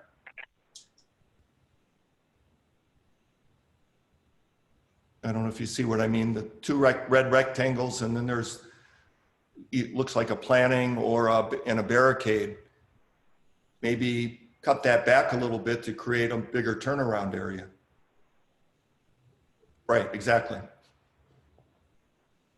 You mean pull that further to the west? Is that what you're saying? Yeah, just make more, I'm trying to point, but expand the pavement there or the brickwork or whatever that is, so that there's more room for vehicles and drop-offs and whatnot. Cody, is that new entryway that aligns with 4th Avenue, is it intended to be a one-way entry only, or is it a 2-way road? It'll be 2-way. Okay, because one thing that's really hard is you can see the limiting on the south side of the right of way, but you really don't see the limiting on the north side. I guess that real faint line is the curb. Yes, yes, at this scale, it is a little bit tough to read. Just having a couple of vehicles on there, just superimposed on there would really help kind of make the case one way or the other. Because if you saw cars there to scale, you may get a little bit different picture about how you can and can't maneuver in there. And I'll add that the civil engineer has run auto turn to ensure that it does work. And we haven't pinched it down, but to Cody's point, we have kind of disguised it a little bit more than what it appears now. But the auto turn movements will also be included in his drawings on the next. Including a fixed axle fire truck? I'll double check on that. Okay. All right, all you guys have your hands up. So Francis, you're next, and then Gary, and then Sam. Well, Bill just did mine. I was going to ask about fire engines and ambulances because it did look really small to me. So thank you, Bill. Appreciate that. And my other question was, I'm assuming from the last time I listened to City Council talk about this when they originally shut down the lifeguard stand and the visual part, is that enough space on the top there? Or has anyone asked a question about people taking pictures of said sign or focal point to make sure that they're not backing into our little turn space there? Is there enough space for people to do those photos? Have we guys looked at that? So say Cody, you're up. number 4, where you're gonna put a surfboard or something, is there enough space for people to take a picture of their family with it without backing into the parking lot? It's a good question. We can look at that. Conceptually, I'd say yes, but we need to take a look at it and see actually how much room, how much distance there is. And I know it has to do with how big it is as well, but that would be my big concern, especially if it, look at me pointing at the screen, especially if we are bottlenecking them up to the very top there and people are going to stop. I can see that being a pedestrian back end problem. So it might be worth, like Jeff was saying, move instead of cutting it down, maybe putting it some, I don't know.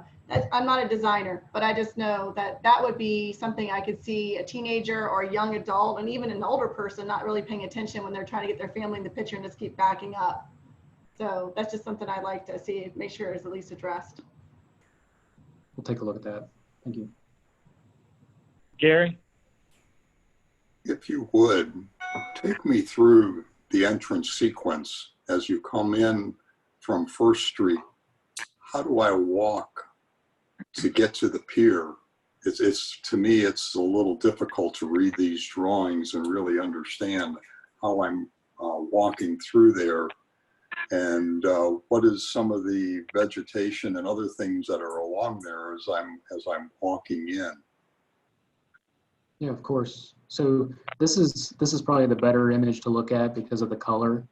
So the single access point moving. Wait for.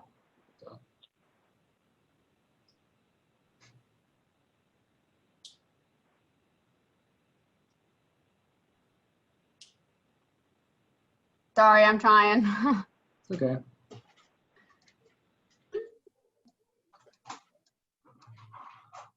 item 3 yet? No.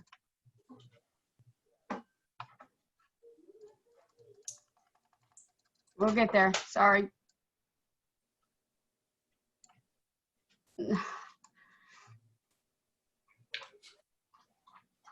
We're so close. I'm so sorry.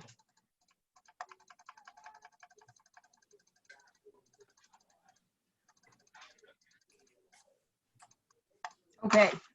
So this is Perfect. First Street. Yeah, so coming in off of First Street, what we're doing here that actually I don't think is as clear today as it would be in this scheme is the pedestrian access up to the pier. It's pretty legible today on the south side, but on the north side, it's not real clear because you have to go through the parking area. So here you'll see that if you're coming from the south, kind of wrapping the corner up to the east, you're walking in between. You have kind of two access paths. Well, the one furthest to the south is the most direct access. So everything that's not green in here would be sandblast, exposed shell concrete. And so you could walk in between both of those green spaces all the way to the east. And then on the north side of the entry, the little oval shaped symbol there, that's the existing surfboard sign.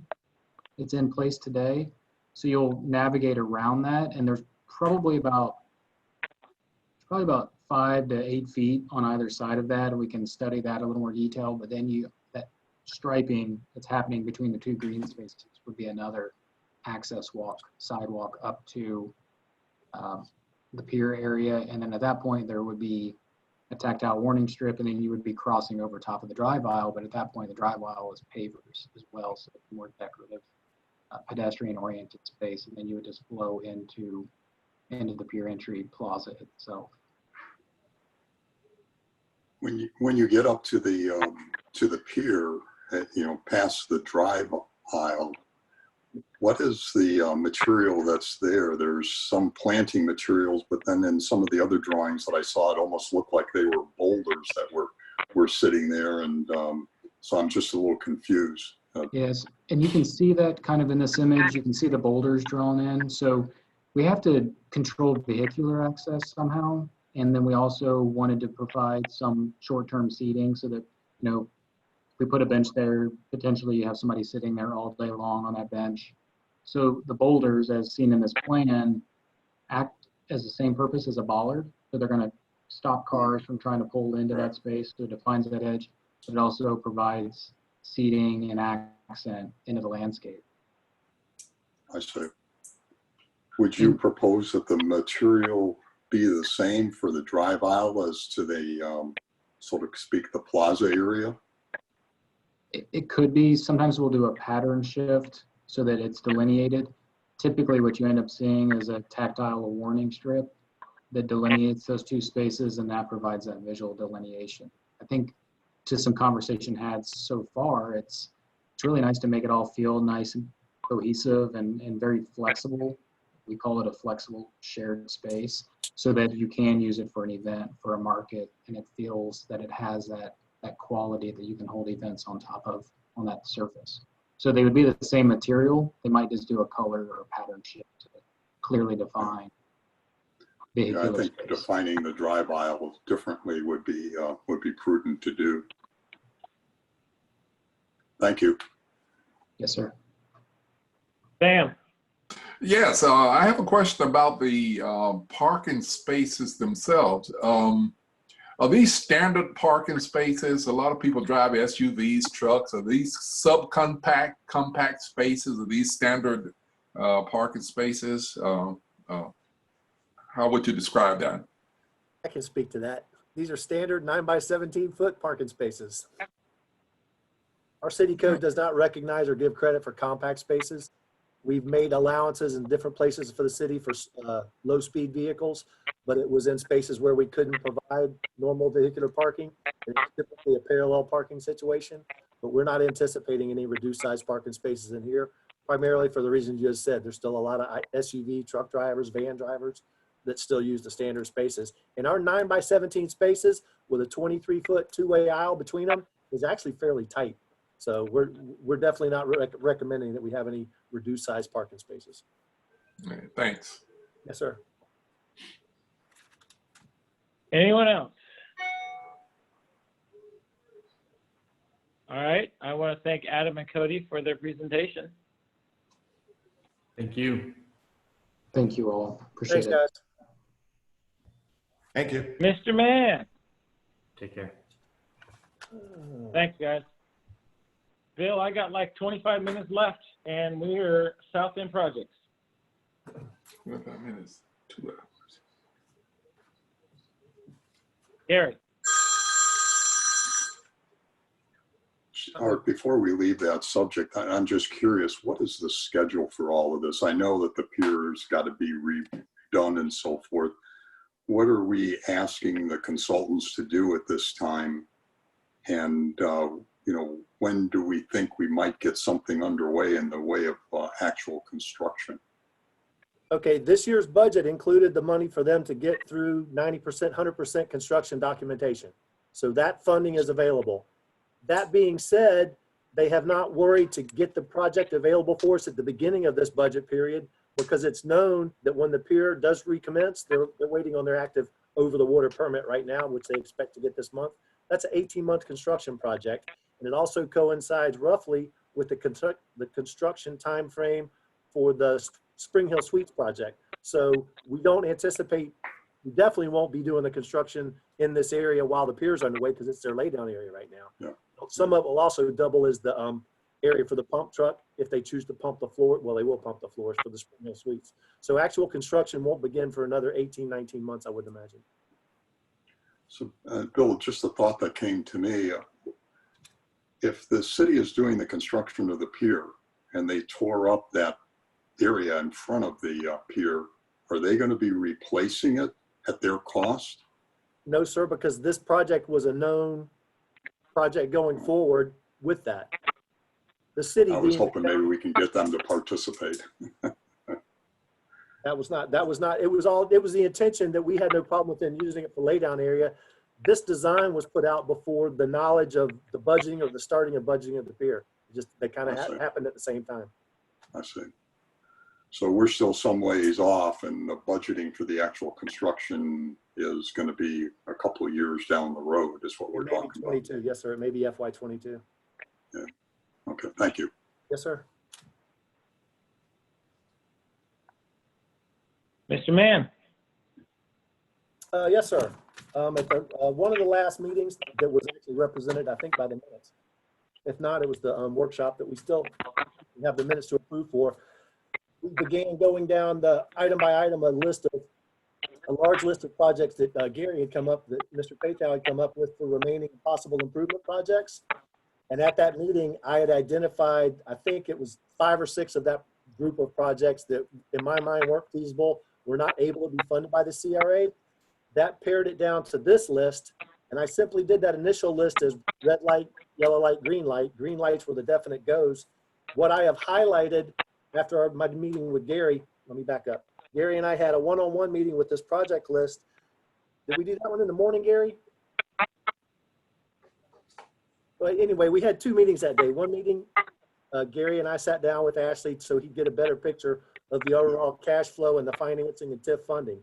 This meeting was simply to go down that list of projects. So what remains out of the projects, the highlighted projects are definitely feasible projects to go forward with TIF funding, with one possible exception.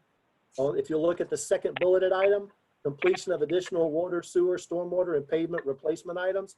The only thing I don't know from that, and I've got Public Works working on it right now, is to definitively state what can and cannot be CRA funded, especially in terms of pavement replacement. A lot of the subdivisions in the south end, the city or the CRA did not pay for it. The developer paid for it. Then after the project was done and platted, they dedicated it as a public improvement. We can't use CRA funding to replace that pavement. However, South Beach Parkway, I'm still trying to find out about Marsh Landing Parkway, and Jacksonville Drive, they were definitely CRA constructed roads. So when it comes time for them to be repaved or enhance the medians, we can do that because the CRA paid for them in the first place. One reason I've identified the highlighted versions of these, this is specifically what I mentioned before, and I didn't want to go too far down that path because I knew it was going to come up now. The city manager has tasked myself and the chief financial officer to come up with this whole concept of why the TIF reduction came up. So the CFO has come about it. She's going to provide data about what this money coming into the CRA is over the next X years in the South End. My side of it is to identify projects that we know we have funding for or that we know we will need funding for, which in my yellow list, I've definitely put those on there. And it may be upon additional research, some of the ones that aren't highlighted, they can be included on this list as well. But these in my mind is identifying for me what I've got to get costs for to help compare. When you hear the CFO's tide of cash money coming into the CRA, this is what we have programmed or can potentially program going forward to spend that money. So that's what we've been tasked to do over the next 30 days, and which we're working on right now. So that was that point. Other than that, Gary, I mean, you want to go by some of the ideas behind some of the projects that you came up with, the yellow ones? I mean, that's. Gary? I guess what I'd like to start with is just a clarification, Bill. Well, let me backtrack just a little bit. I'm the only one who's taken some time and put a list together. And mine is based on limited knowledge of the South Beach area. I mean, I'm relatively new to Jacksonville Beach. So I'm taking a stab at this. There must be others that have input into this also that may add to this list that know of things that need to be on the list. Back in 2011, there was a study done by a consultant that outlined the work that needed to be done in the South Beach area, particularly as it relates to the infrastructure.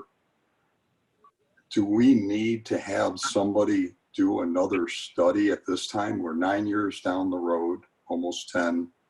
Do we need another consultant to take a look at this and also see if there are other things that should be on this list that are above and beyond what we already know about?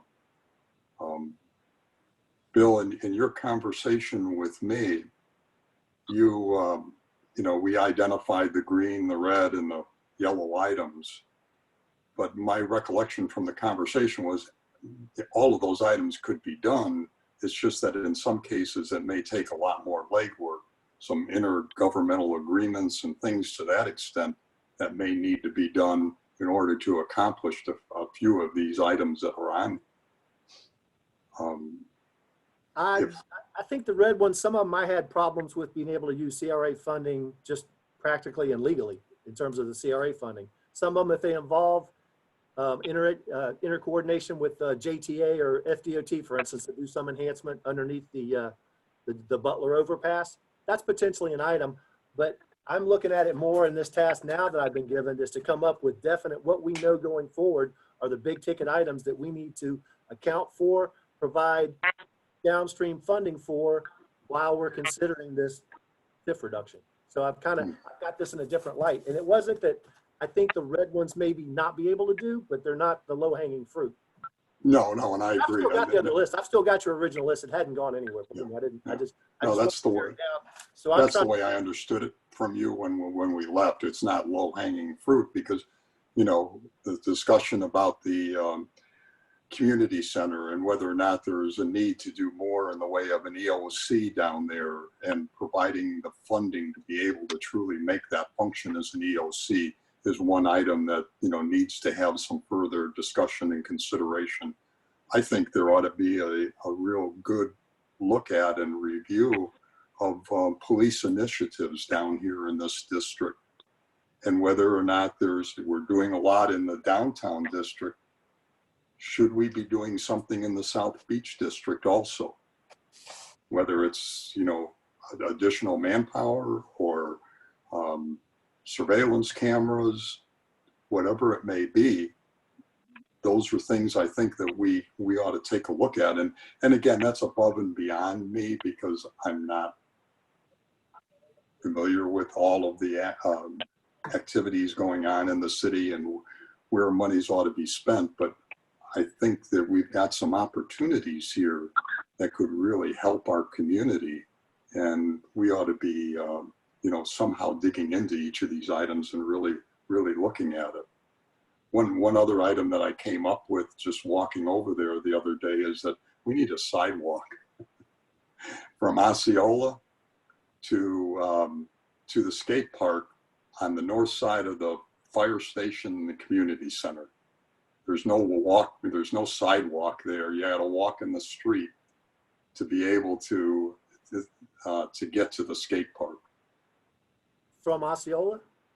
Yeah, from Osceola along the north side of the fire station You mean along the to, north side of the fire station? I'm sorry, Along the north side, so still on Osceola, instead of turning and going. I'm sorry, on- I apologize. I said the north side. I meant the west side of the fire station, excuse me, and the west side of the community center. Well, one project that actually addresses 3 of these bullets, the yellow bullets that we had on there, was this concept of not just doing the Jacksonville Drive, the component we talked about for the drainage project. That would be the first leg of a multi-purpose path that feeds Jacksonville Drive from America Avenue all the way to 3rd Street, which is within the district. Same thing for Osceola. Osceola, at least to the center line, is within the redevelopment district. That means we've got the opportunity on Osceola to go from the westerly border of the district, which is just past the fire station and the water plant, to connect that north to south or east to west. And then guess what? You've got South Beach Parkway along the west side, which services the park. You've got the city-owned lots. You've got at the south end of that, you've got the parcel on the southwest corner of Jacksonville Drive. That could all support a multi-use path on the west side of South Beach Parkway. So if you can envision it, it would be a big multi-purpose path starting at Jacksonville Drive at A1A and going all the way around. And that's connectivity. That's something that could be embodied in an RFP and get some consultants out there. And I'm trying to get at least engineering costs for that right now, because those are legitimate projects. And the city manager, that's one of the first things when he came on board, one of our first discussions was about not just connectivity within our districts, but citywide. How do you get people that live over west of Penman Road, west of South Beach Parkway? Right. How do you get them out to the beach? And that's part of what we're doing. And I think the CRA I think that would be a big improvement. I really do. And in fact, the residents I talked to totally agree. Yeah, I kind of got onto a small item. I mean, I think what we need to do is look at some of the bigger items, and one of the other things that we talked about, and Francis has brought this up in the past too, is the whole discussion about the parks and the use of the available property that's on the southwest corner of Jacksonville Drive and South Beach. What do we do with that? What do we do with the city-owned property on the north side of Jacksonville Drive? What do we do? Is there an opportunity to create another park? When you and I spoke about this, that is owned, there's what was an old substation. It's now empty. That's owned by Beaches Energy.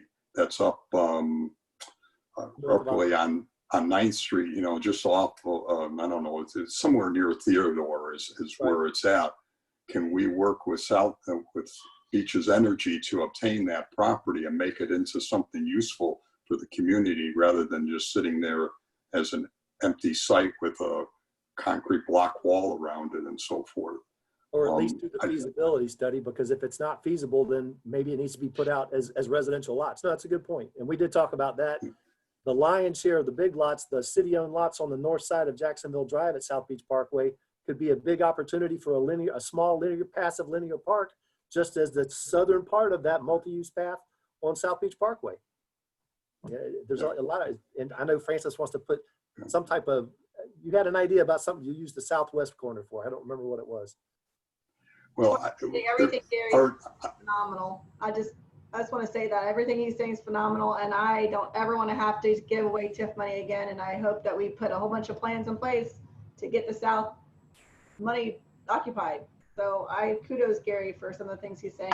And I didn't think about that Beaches Energy lot. That's a great idea. Great idea. Sorry. Well, we need to get buy-in from the immediate neighbors, because it's essentially two side-by-side lots, so it's roughly 100 by 125, I think, and it's surrounded by residential property. So we just need to see what that immediate community around there feels about perhaps having a passive park, right next door to their house. But yeah, we can feed that out, and it could all be done as. So how do we actually get what Gary's proposing and us as a group to decide or discuss what we would like to put in your report in the next 30 days? Because we could come up with a whole bunch of ideas too. I think that's what Gary's getting at. It's like, there's not just that list that you're going through. And I know that you're tasked with 30 days, but how can we add to that as a group instead of individuals? Bring it up in discussion in a workshop. Is that okay with you, Art? That's okay with me. Now you got 2 items in the next workshops. I mean, should we come up with what we would like to discuss? I mean, like, that's the problem. It's like we can all say, hey, this is what we want to do, but we as a group can't be individually picking and choosing. We as a group have to decide as a collective unit what we're going to propose to city and what we want to use the money for. So I don't think there's enough time really for a realistic thing unless we say we want to address X, Y, Z, or do we want to put a list of all these ideas and then tackle one at a time? Like, what do we want to do? I think it may be a little bit of Well, both.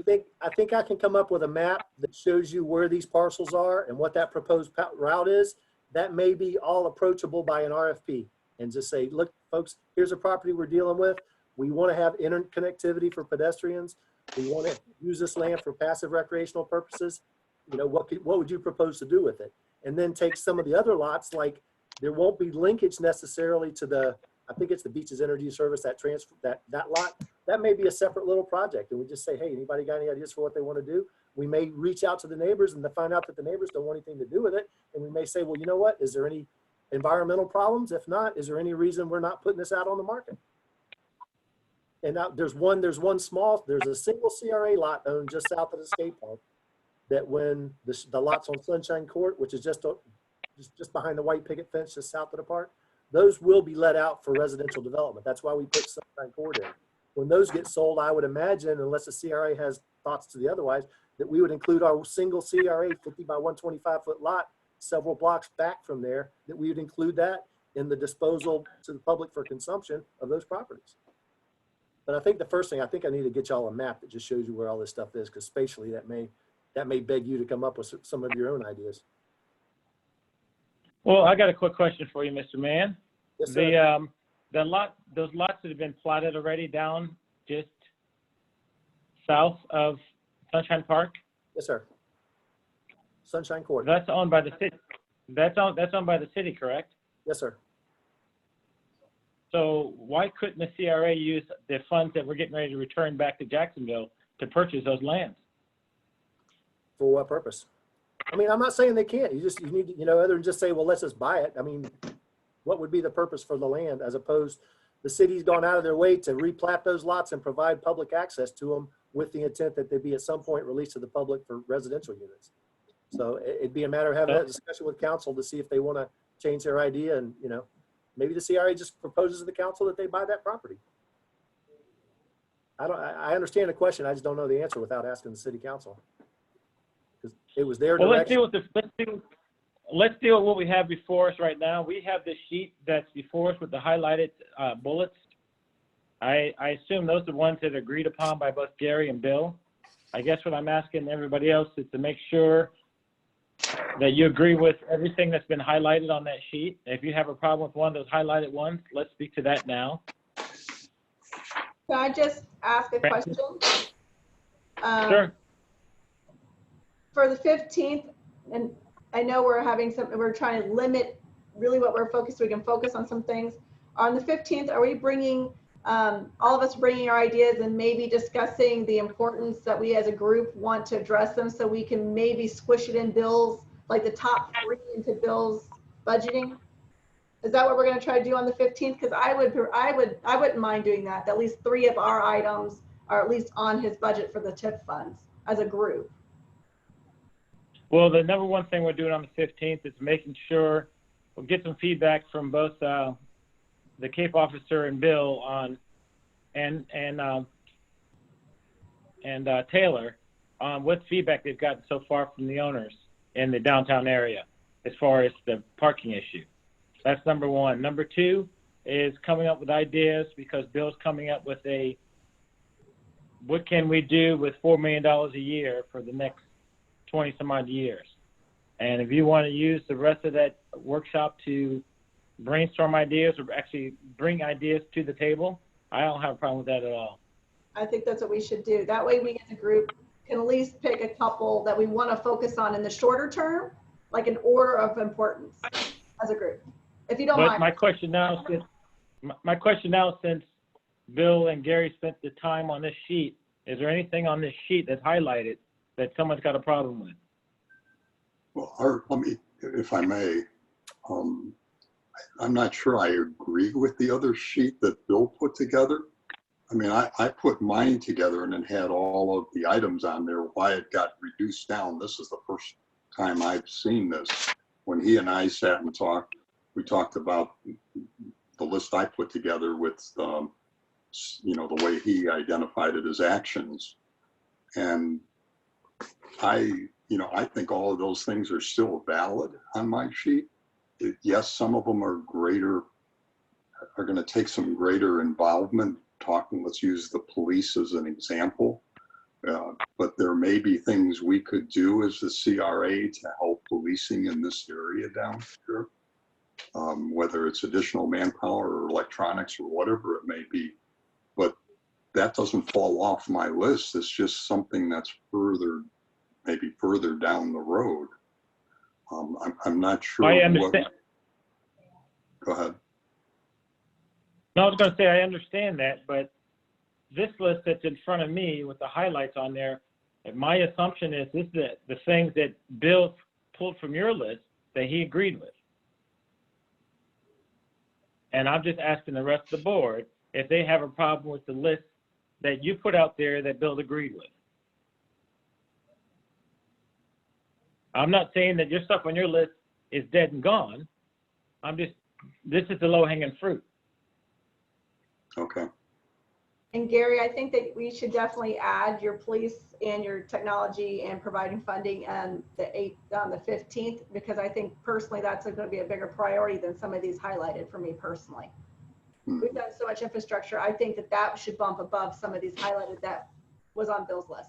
So that's just something we can talk about on the 15th, but I would agree that there are some things that I would add to this, like Gary is saying. That's a good point. And given that though, the technology, the increased policing down, that definitely needs to be broached by the police department. I don't want to speak for the police department. Our police chief's got a good handle on what he needs and doesn't need in the city. So given that, if we want to talk about that on the 15th, I'll make sure that the chief is available as well. So I just need, that's the kind of direction I need. Yes, please have them there. I actually went to their conference room and looked at their technology for that area. And Gary, I think you were going to join in on one of those, or we had to do 2 separate meetings. So they definitely could use the help, and I would love to have their opinion and their tech guy there on the 15th. Their tech guy. And the same thing goes almost for, I had an item in here about maintenance and improving landscaping and so forth at Sunshine Park. And Bill, you and I spoke about this, and you said that, you know, Parks and Rec would be thrilled to have some help because there's some real deterioration of Sunshine Park that's going on right now that really needs to be looked at. And I concur. You know, how do we get them involved in the discussions? That's a matter of telling them to identify for us if there is enhanced maintenance, give us a specific maintenance program that justifies the extra expenditure of money. We've got a certain, I think we've got 50,000, just for Sunshine Park, I think we've got 50,000 a year as an ongoing recurring maintenance that the CRA is paying for. That's in the capital improvements plan now. If that's insufficient, what level is sufficient? And we'll just need to get some input from the Parks and Recreation Director. I left that one on there, believe me. I'm gonna give you a good example. Sunshine Park, not the whole South Beach Park, but Sunshine Park, the nice little wooden structure, that was actually built by community donations and community work. The city and the CRA just provided land within the overall South Beach Park. We cannot pay to maintain that play structure. But what we can do is if at some point it needs to be replaced, it can come down, the CRA can fund can fund a new play structure for that area. And it's semantics, but that's the way it has to be done. The CRA can't go out there every year and redo the treating of the wood and replace the fall zones because that was not paid for by the CRA. That was a community funded project. Now that's just one small component in that park, and the rest of that park is totally CRA fundable. But it's kind of just a different way of looking at how that wooden structure, the board, the crawl. Yeah, it needs some help. I was out there with my granddaughter the other day, and I know exactly what. And then maybe there's a lot of more, and it's not necessarily wooden structures. The Compan company comes up with great products like that. You look at half the pocket parks in New York City have got Compan play equipment in them, and they're durable. It's good looking stuff. No, and I agree. And that's what I left that one on the list because I totally agree with you on that. And it could be a bigger ticket item than it is right now. But even that, we still need to put it in the level of magnitude of putting this whole pile of expenditures together and seeing how that vets with bringing in $4 million a year additionally into the fund. Which, as you said, y'all haven't been the benefit of that, but the city, the former administration was working on this TIF reduction for at least the last 3 or 4 years, just because they saw that incoming, basically reduced expenditure. We go from being a capital improvements district down there, doing heavy capital improvements, to shifting more to the maintenance side, which is a lot less expensive to maintain it than it is to build it originally. Art, my concern is that we're sitting here talking about all of these items and we're in the midst of a budget cycle right now. And are we going to be able to put things together in such a way that we protect as many of the funds as we can for this next year and the following years? One of the things that we also need to be thinking about is maintenance down the road. How much in the way of dollars do we need to spend for maintenance for everything that's the infrastructure, roads, signage, parks, all of that? How much money do we need to put in on a yearly basis to maintain these things? And as we get to the end of our cycle of the CRA in 2047, is there a period just before that that we really need to be looking at doing some major rework of infrastructure, redoing it, so that when the CRA disappears, that we have given the city a, the best quality product that they can have in 2047, and they don't have to worry for another 25 or 30 years about having to maintain them and so forth. Well, and somehow that needs to be wrapped into our thought process also. You will be reminded of that from any discussion you have with our chief financial officer, because that is a big concern. Is that, just the way you put it, at the very end, can we make sure that we've gotten this ready to turn over to the city in the best shape possible? But then as soon as that's over, it becomes a realistic expectation that you've had this certain level of enhanced maintenance that can no longer be funded by the city and the general fund. You may need to answer. It's a balancing act. It's not all, hey, can we polish it to the highest extent possible? And then all of a sudden the city owns it in 2047, 2048. They're like, well, we don't have $200,000 to put in the South Beach Park anymore. So that's what I'm hearing from the other side. It's not. So the other question that I have is, and this does not relate to the South Beach area, but to the downtown district. There's roughly 17 million. Gary, let's not leave South End. Let's not jump around. This sheet here, the highlighted one. Does anybody have a problem with anything highlighted on this sheet? I do not. I do not. Okay. That's what I'm trying to say. I think it's a low-hanging fruit. We can always add to that list. I just want to make sure that's the stuff right now that the city said that they agree with, they can deal with. We can add more things to that list at the next workshop we're having on the 19th. I believe that's what that Wednesday is, the 15th. I can't remember. 15th. It's the 15th. 15th. Okay. Anything else? Do we still have courtesy to the floor? Yeah, we have Mr. Marsh is still online. Chandler, is Mr. Marsh still online? Yes, sir. All right. Mr. Marsh, can you hear us? Thank you. I can. Everybody hear me okay? Yes, sir. Yes, sir. If you would Okay. state your name and your address for the record, please. Sure. Ken Marsh, 2011 Gale Avenue. I guess this is probably a good time to say that I would, first of all, recommend that we put the courtesy of the floor in the beginning of the agenda. I was planning on listening to this anyway, but for the average citizen, I think it would be more user-friendly if we put this in the beginning of the agenda. And that should be easy to do. The main reason I wanted to talk tonight has to do with the two major projects that are going to be completed by the end of the year. We've got Margaritaville and Weston, so we've got essentially 280 rooms of tours that are going to be entering our city in the end of December. And we have some undetermined projects that are in some phase of construction, many of which we don't know when they're going to start. Examples would be the Spring Hill Suites. We have the pier. We have the Dolphin Depot LLC. We have Surfside. They're across from Surf at the Bar. And then I'm not sure whether the developer or the investor is still going to take Campeche Bay and Ruby Beach down and rebuild. But we've got those properties that will be under some phase of construction. So if you just kind of have a vision that you're staying in Margaritaville in December of this year, and you walk down Jacksonville Beach, what's the grand opening of Jack's Beach going to look like to them? And they're going to see much construction. And if you look at that construction, we've got construction fences that are not aligned, they're haphazard, they're totally askew, they are aesthetically unpleasing. This is not the way we want to show Jacksonville Beach off to our new tourist visitors. So what I am recommending is I think we need to have a plan on how we're going to rebrand our downtown while construction is happening.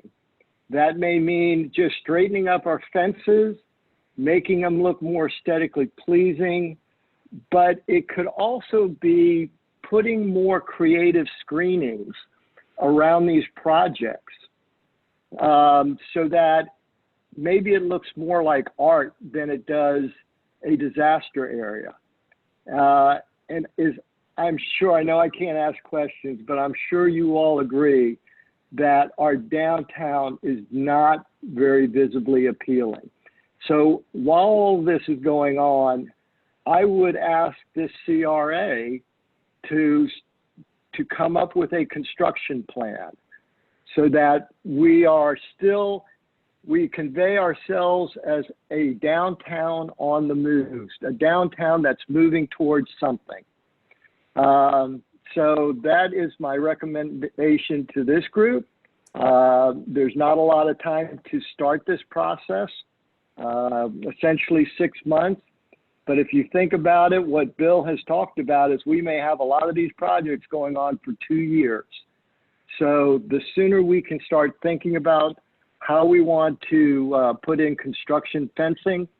Again, another idea may be just some panels where we get some local artists to come in and do something that catches the eyes as you walk down the street. So I would just like to encourage you guys to give this some serious thought. I've heard all of you talk, and I know that there's frustration that we can't look nicer than what we are, and we are better than that. But I've been encouraged by this group in the last few calls. There's been a call to action, certainly bringing the Gilmore Group in, a lot of implementation strategy going forward, timelines, accountability. So I just hope you'll put this on your agenda to get something done in this direction as well. Thank you. Thank you, Mr. Marsh. Okay, board members, parting thought, questions about our next 2 meetings. Gary. I just want to make sure I can get some clarity on this one item. This is in reference to the downtown district. Okay. Again, we're in the budgeting process for the downtown district, and the exhibit that was part of the budget from last year showed that we would have about $17 million worth of construction projects and so forth, with another $6.5 million coming in revenue to the downtown district. Are we going to be in the same position with the downtown district that we're going to have excess funds available and they're going to potentially go back to the city? I'm just trying to understand how that's going to work. because apparently we have all of our construction projects identified for the downtown district in last year's budget. So I'm just trying to understand how we're going to move forward.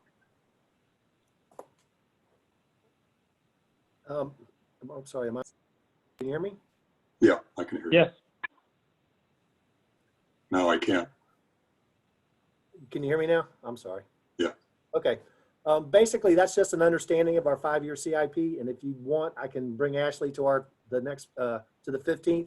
Won't be a long discussion, but she can walk you through the FY 21 through 25 downtown CIP. And I think that will, because I don't think we talked about that in our meeting with Ashley, but it'd be good for the group as well. I understand you want to make sure that what's potentially happening in the south end is not on the short term going to happen downtown.